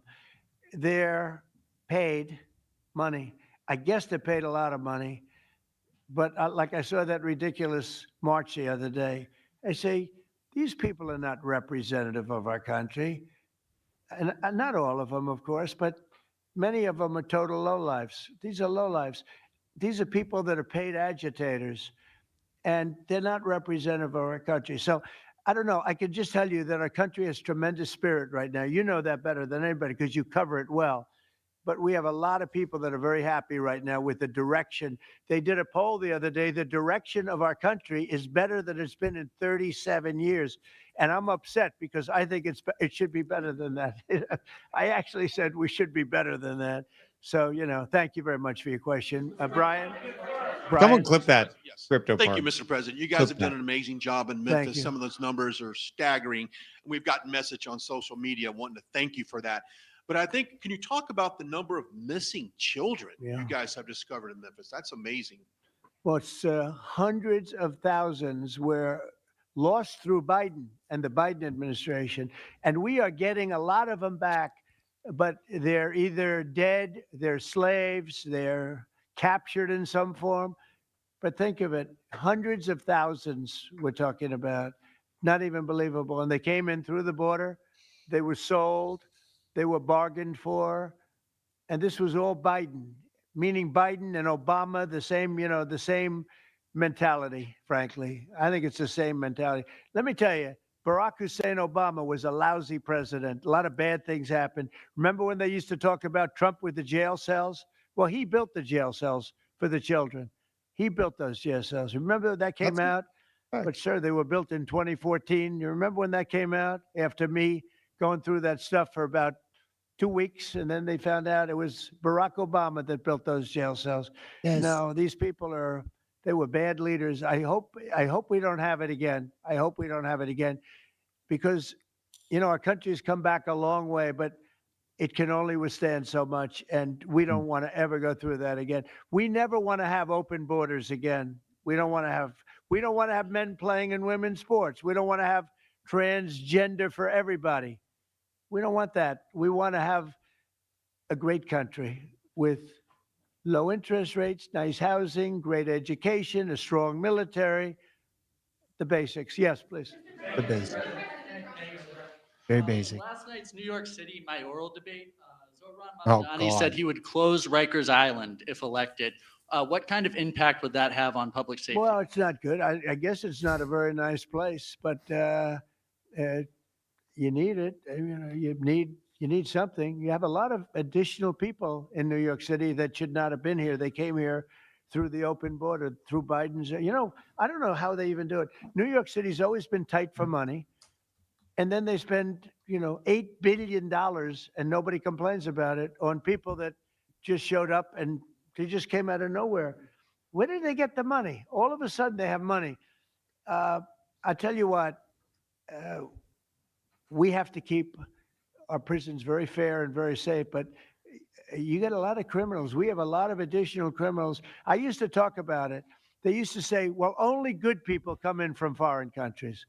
I said, that's not right. I didn't know that for a fact, but it had just started, right? The open borders and people flowing in by the millions. They make our criminals look like the nicest people on earth. That's the only good thing. They make our criminals look like nice people.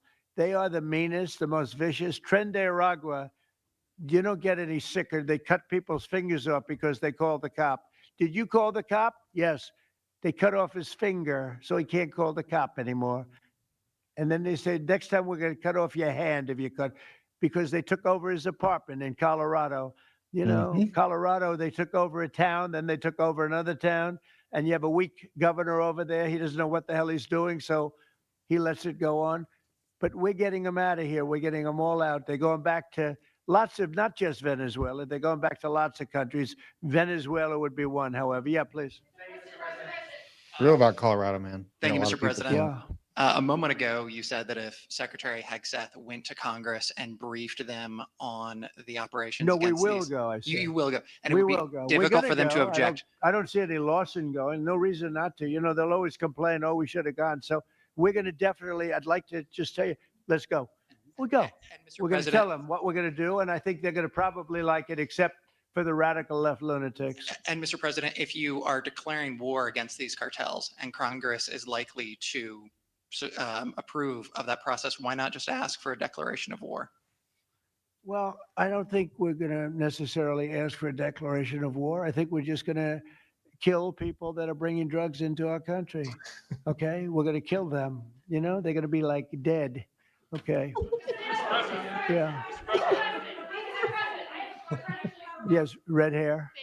Beautiful red hair. Thank you. I'll tell my hairdresser that. She'll love it. This is a question for both you and the Secretary of War, Mr. Hegseth. Who are you with? I'm with the Center Square. We're a newswire service. With everything that's going on between the narco terrorists in the Caribbean, and then also with more Chinese, Iranian, Russian ships also taking part in Venezuela. Are you have any plans of expanding operations out of Roosevelt Roads and in fact placing some home porting some ships there? Yeah, so happy.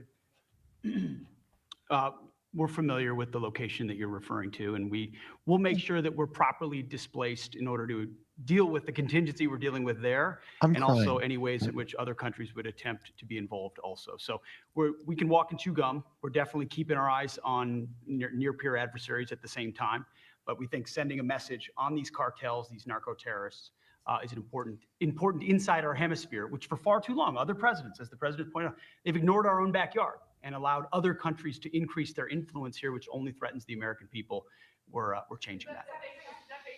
One big thing that has happened, though, because you mentioned expansion and expand our efforts. So when I was running for office, second term, everybody was talking about the fact that nobody wanted to join the military, nobody wanted to join the great police forces. You know, they didn't want to join New York's finest or any of our police forces. They didn't want to join anything having to do almost like with the country with the uniform. We are setting records with the Army, Navy, Air Force, Marines, Space Force, Coast Guard. We're setting records. We've never had anything like it. And I'll tell you when it started, November 5th. We didn't even have to wait till January 20th. They saw spirit. And now we have people coming in that are, it's unbelievable. And if we wanted to increase our military force, if we wanted to increase any one of these, including police forces, they can now get men. People didn't want to be policemen and women. They didn't want to be firemen and women. They didn't want to go into the military. We were having tremendous recruiting problems, and now we're setting records. We literally, last year at this time, you were doing stories that the recruitment was a disaster. We couldn't get men and women to go into the military. Now we have such an overabundance. We've never had, I mean, it's, as I understand it, it's like record-setting recruitment. This is in less than a year. It's been amazing. So this is a good time to expand if we want to do it. And I think we should. I think we should. And we probably will. Yeah, please. Yeah. Blue. Questions for you. First for you Blue. and Secretary Hegseth. Is the administration supportive of sending National Guardsmen to cities for the express purpose of aiding deportation and immigration enforcement efforts? To expand deportation efforts? Sending National Guardsmen to U.S. cities for the express purpose of aiding deportation and immigration enforcement What efforts. we've done so far is stand alongside federal law enforcement in every way, facilities and personnel, but also we have We have a great deal of lift inside the military. We're able to move assets in a way that no other aspect of the U.S. government can. And so where we can rapidly assist with mass deportations, we have been happy to do that.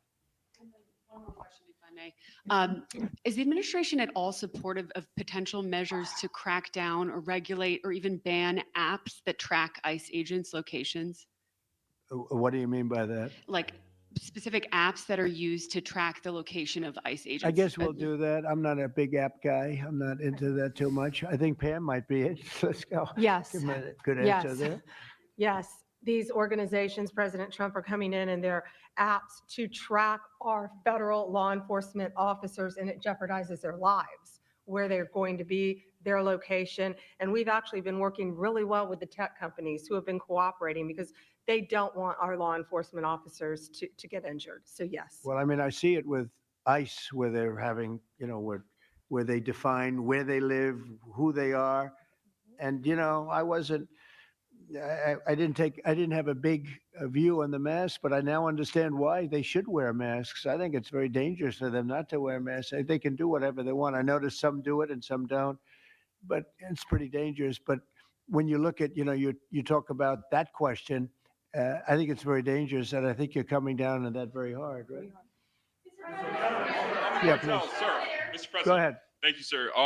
When you were running for re-election in 2024, you released a video statement where you made this exact promise to show no mercy on the cartels and employ every military asset necessary to combat them. In that same video, you also said that you plan to expose all the bribes and corruptions with politicians and the cartels. We're doing that. Has Yeah, your we're task trying to force do been that. looking into that in American politicians? Yeah, where the money's coming from. Because you see it.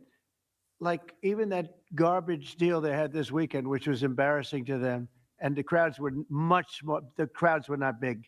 Those crowds were not big at all. But when you look at signs, and they're all made beautifully, the yellow signs, I saw the yellows, the blues, but they're all made professionally in a printing shop. Looks like on Madison Avenue someplace. Some guy is paying for all that stuff. And Soros. we don't mind protest. Protest is a good thing. I protest. I'm always protesting, right? But when you see some of these people are going crazy. They're going crazy because they're getting paid. Because there's no reason for them to be going crazy. But you watch some of them, and they're professional agitators, and we are finding out who's paying them. Yeah, we have a lot of information about who they are. You're going to be very surprised when you find out. I have a question for Secretary Hegseth. Sir, a memo circulating on social media details the establishment of a National Guard response force that's going to be trained in crowd control and civil unrest and deployed in all 50 states by April of 2026. Can you verify the authenticity of that memo, and do you have any more information on the operations? I'm not going to answer particulars on something that may be in the planning process, but we definitely do have multiple layers of National Guard response forces, whether it's in each state, whether it's regionally, whether it's Title 10 active duty, whether it's Washington, D.C. We've got a lot of different ways that constitutionally and legally we can employ Title 10 and Title 32 forces, and we will do so when necessary. Portland looks good here, folks. Portland invasion looks good here. Thank you. President Putin basically said today that Russia is immune from U.S. sanctions. He said that it would not impact the Russian economy in any serious way. Is he Good. wrong? I'm glad he feels that way. That's good. I'll let you know about it in 6 months from now. Okay. Let's see how it all works out. Yeah. Go ahead, please, Blue. One about the shutdown. I'm Taylor Poplars with Spectrum News. The same day you established this task force back on January 20th was the same day you pardoned the January 6th defendants. Yeah, very proud of that. Yeah. Just last weekend, one of them was charged with allegedly threatening to kill House Minority Leader Hakeem Jeffries. And a big theme of this task force has been allowing law enforcement to do their job and holding accountable people who go after law enforcement. Do you worry that your actions back on day one undermine what this task force is trying to accomplish? No, you have thousands of people that we're dealing with, and if one goes haywire, look at what this guy in Virginia said, where he wanted to kill his opponent. He's going to kill his opponent. He's going to kill his opponent's children and I think wife, and he continues to run. And the Democrats continue. He's running for Attorney General in Virginia. Look what he said. So now, do you think all Democrats should be prohibited from living anymore. I mean, think of what he said. He's going to kill his opponent and he's going to kill the children of his opponent. And I think the wife. I said, this guy's sick. That is a sick guy. And how do you vote for somebody like that? But I don't view that every Democrat would say that, because not every Democrat would say that. So you can't, you could have one person, but I don't know of the incident. I can say we're very proud of what we did. We had the courage to do something that should have been done. The problem sometimes the Republicans are too nice. They're a very nice party. The Democrats play a much dirtier fight. It's amazing. You go after dirty cops like Comey, and you go after, these are dirty cops. Letitia James is a dirty cop. You go after these people and they say how horrible you are. And yet I got indicted 5 times and impeached twice. Nobody says anything about that. They say, they actually said the other day, he's trying to indict somebody. I got indicted 4 or 5 times, Todd, maybe more than that. Yeah, I think you could say 87 times if you really think about it, right? With the charges, a bunch of phony guys, but nobody says anything about that. But they mentioned it the other way. No, the Democrats play a very dirty game. It's all they're good at. They're good at a couple of things: cheating on elections and playing very dirty. And they have one good trait: they stick together. They stick together. They stick together through the worst policies that anybody's ever seen. It's unbelievable how they stick together. And I respect them for sticking together, but it's a dead party because their policies are no good. Okay. Brian, we'll do a few more and we'll go home. Wonderful. Everybody's going to go home. I'm going back to the Oval Office, however. Speaking of Democrats, there's a report that there's a grand jury on Adam Schiff for apparent mortgage fraud. If he is indicted, lock him. Should he step down as a U.S. Senator? Well, I'm not going to comment on that. I would just say Adam Schiff is one of the lowest forms of scum I've ever dealt with in politics. He's a horrible human being, very dishonest person. I have no idea what's going on. You tell me that he's going to be indicted. I don't know. You could ask Pam. I don't know if she could say it. Probably you are allowed to say it, but I wouldn't know about that. I can only tell you he's a very bad. I think he's actually a sick person. You want to talk about that? We're not going to comment on any grand jury that's open. We can't legally. I don't know. By the way, I hope it's true, but I don't know anything about it. Oh my God. That's a yes. Oh, millions of dollars. Yeah. Well, I also give a lot of money to the White House. The White House is, as you know, I give my salary, and I usually like to steer it to the White House because this house was a little bit abandoned. First of all, for 4 years, you had a guy walking around that didn't know where the hell he was. And this house was not taken care of the way it was supposed to be. I take very good care of property. I was very good at that. And you'll notice the floors downstairs, I paid for them. Marble, the most beautiful marble you've ever seen. The white floors down in the palm room, they look like they came out of, I don't want to lose because they're big supporters of mine, Home Depot. So I'm not going to say bad, but they did come out of a box from Home Depot about 30 years ago. They were all broken, but now they have the most beautiful floors, the most beautiful lights and chandeliers. I think most of you, Brian, you've seen that, right? Yes. How beautiful is that? And I take care of it. So I spend millions of dollars on this building, taking care of it. It was not properly maintained, and now it's starting to gleam like it should. It should really gleam, and you should go down and visit the Presidential Walk of Fame. Have you seen it? It's quite good. I'm sure that a lot of people coming to the White House, it's hot. It's very hot, but it's really a tribute to the presidents, past presidents of our country. Yeah, please. Mr. President. Yeah, behind you, please. Yeah, go ahead. Thank Go you. ahead. So on Monday, question for you as well as Secretary Noem. On Monday, Mayor Karen Bass of LA and Representative Robert Garcia, they held a press conference and they called for an investigation into DHS, accusing them of unlawfully arresting U.S. citizens and racially profiling and only arresting people because, in Robert Garcia's words, they look like me. He's a Hispanic individual. Do you have a response to that? Are you asking me that question? You as well as Secretary Noem. They are arresting bad criminals. and they're really good at it too. I look at the numbers, they always like to say that, oh, you're arresting this and that. Then when you check it, you find out, geez, almost every single time. And, obviously every once in a while they may get one wrong, but they always correct it. They're able to correct it.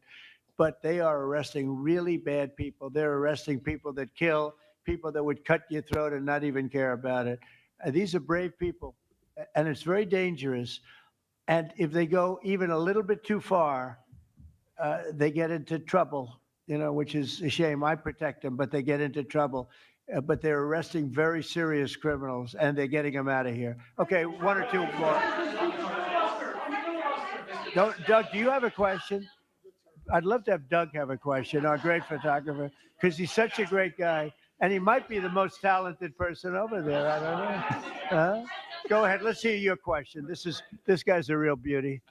On the cartel strategy, hearing you talk about it as war, hearing Secretary Hegseth talk about defeating and destroying and the comparisons to Right. ISIS and Al Qaeda, those efforts took American troops being engaged in foreign countries.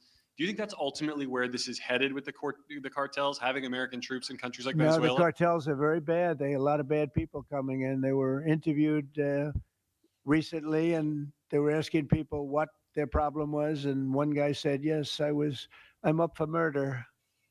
Didn't know what he was saying, obviously. I'm sure his lawyer was not thrilled with his statement, but no, they're rough people coming into those cartels. Those cartels are rough. You look at what happens. The trip up is horrible, especially for women. They're being killed. They're being raped at levels that nobody thought even possible. In my opening speech, I mentioned that, but in a very light way. I mentioned the word rape. Then it found out that you take a look at what happens in those cartels. It's horrible what's going on.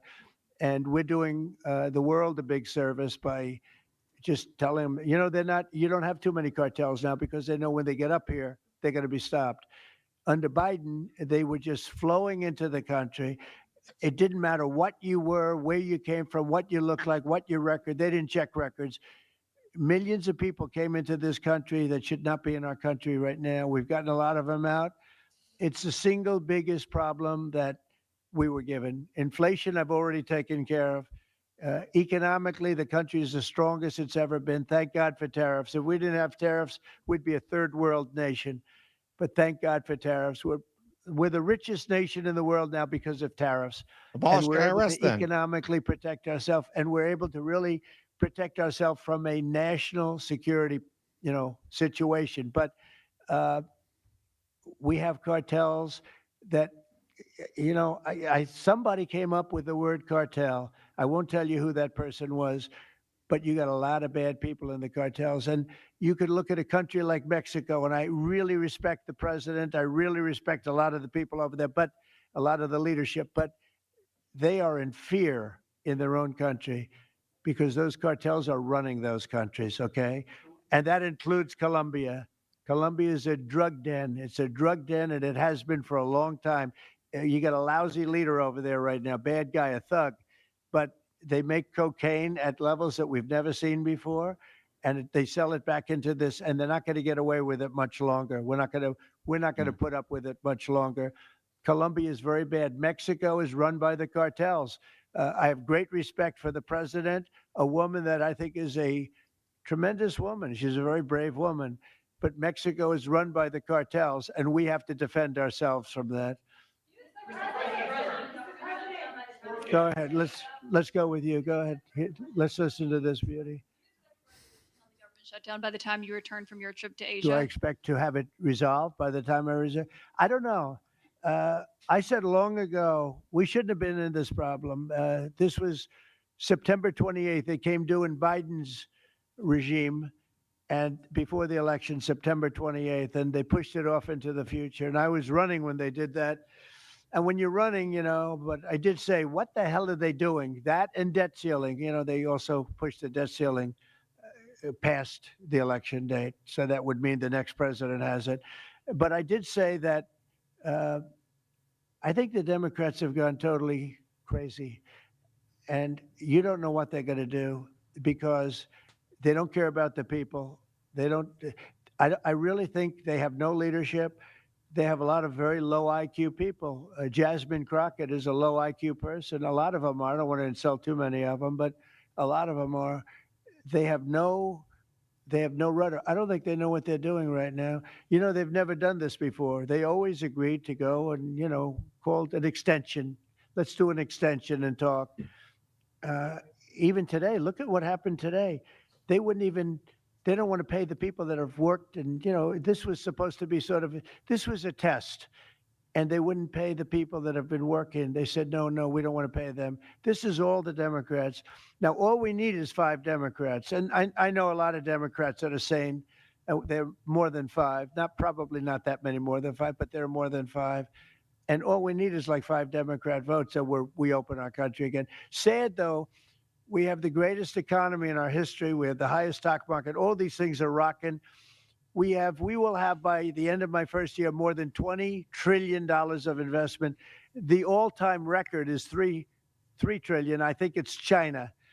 We're going to have $20 or $21 trillion. We've never had anything like it coming in because of tariffs. The money pouring into our country, the plants that are opening, AI, automobiles, everything. And the Democrats want to close our country.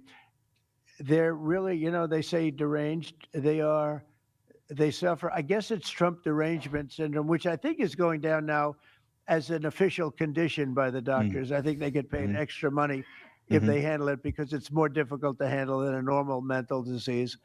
But you know what? They really should approve an extension, get the country back to work, get the people paid. And, you know, it's very simple. You just don't know what's going on. There's something wrong with them. Yeah, it's sad, actually. Sad.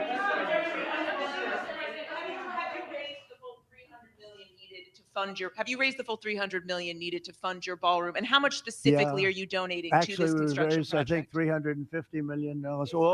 All donor money and money that we put up. We've raised. It's going to be. It's going to cost right in the neighborhood of $300 million. It's been expanded and made absolutely. It'll be the most beautiful ballroom anywhere in the world, I think. Maybe the best. How much am I donating? I won't be able to tell you until I finish, but I'll donate whatever's needed. I'll tell you that. They'll still Do I freak have a out on name him. for for this? it. I won't get into that now. Yeah, go ahead, please. Go without their first full paychecks, federal I had workers. it. By We've the way, already a friend of mine, talking about donors, a friend of mine, a man that's great. I'm not going to use his name unless he lets me do it. Susie can tell you about this, but he called us the other day and he said, I'd like to contribute any shortfall you have because of the Democrat shutdown. I'd like to personally contribute any shortfall you have with the military, because I love the military and I love the country. And any shortfall, if there's a shortfall, I'll contribute it. And today he sent us a check for $130 million. I would love to tell you he doesn't really want the recognition, if you want to know the truth, but he gave us a check for $130 million, which was sort of a shortfall, yeah. And that's going to go to the military, yeah. Is that the correct number? $130 million. That's what I call a patriot. Okay. Thank you very much, everybody. Thank you. Thank you. Holy mother of God. Absolutely incredible. I mean, and there's Mr. Clean. Maddie, this is terrifying, okay? You're terrifying me with Mr. Clean again. Okay. It's just a head and shoulders pattern. We see it all the time. No big deal. Yeah, I mean, in Bitcoin, it's on the edge, right? So I didn't have any open trades. I left this alone.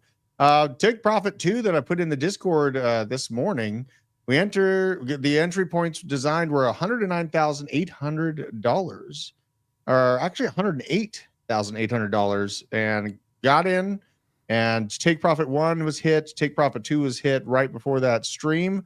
We're printing money, right? Everyone's out here complaining that we can't make money and stuff. Well, you know what? You just might need to lock in a little bit more and research really, really hard. Stay very focused and don't miss a beat. We are going to stay focused on this markets for you guys.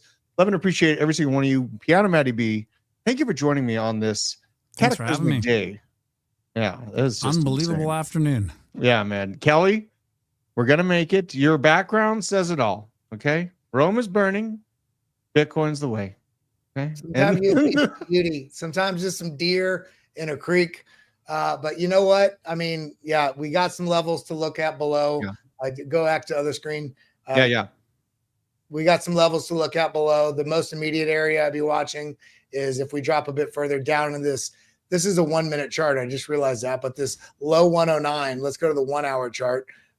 We're still very heavily within the kind of structure that we've been watching. If we start losing the 107 area, that's when I think we're going to start tackling the frustration zone.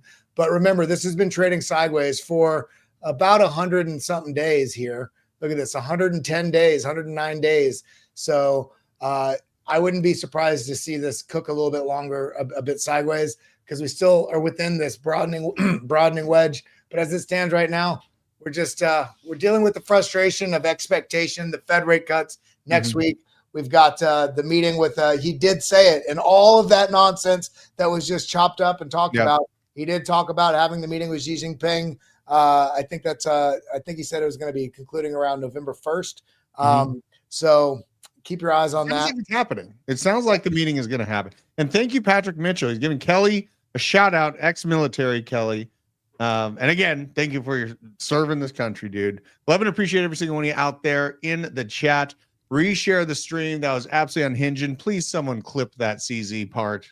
Please clip the you don't know crypto. We're moving on. Yeah, that was absolutely incredible. I love you guys, and we'll see you tomorrow morning. Till next time. You know what it is, how we do it here in the blockchain basement, BitLab Academy, Disco's Consortium. You are banned!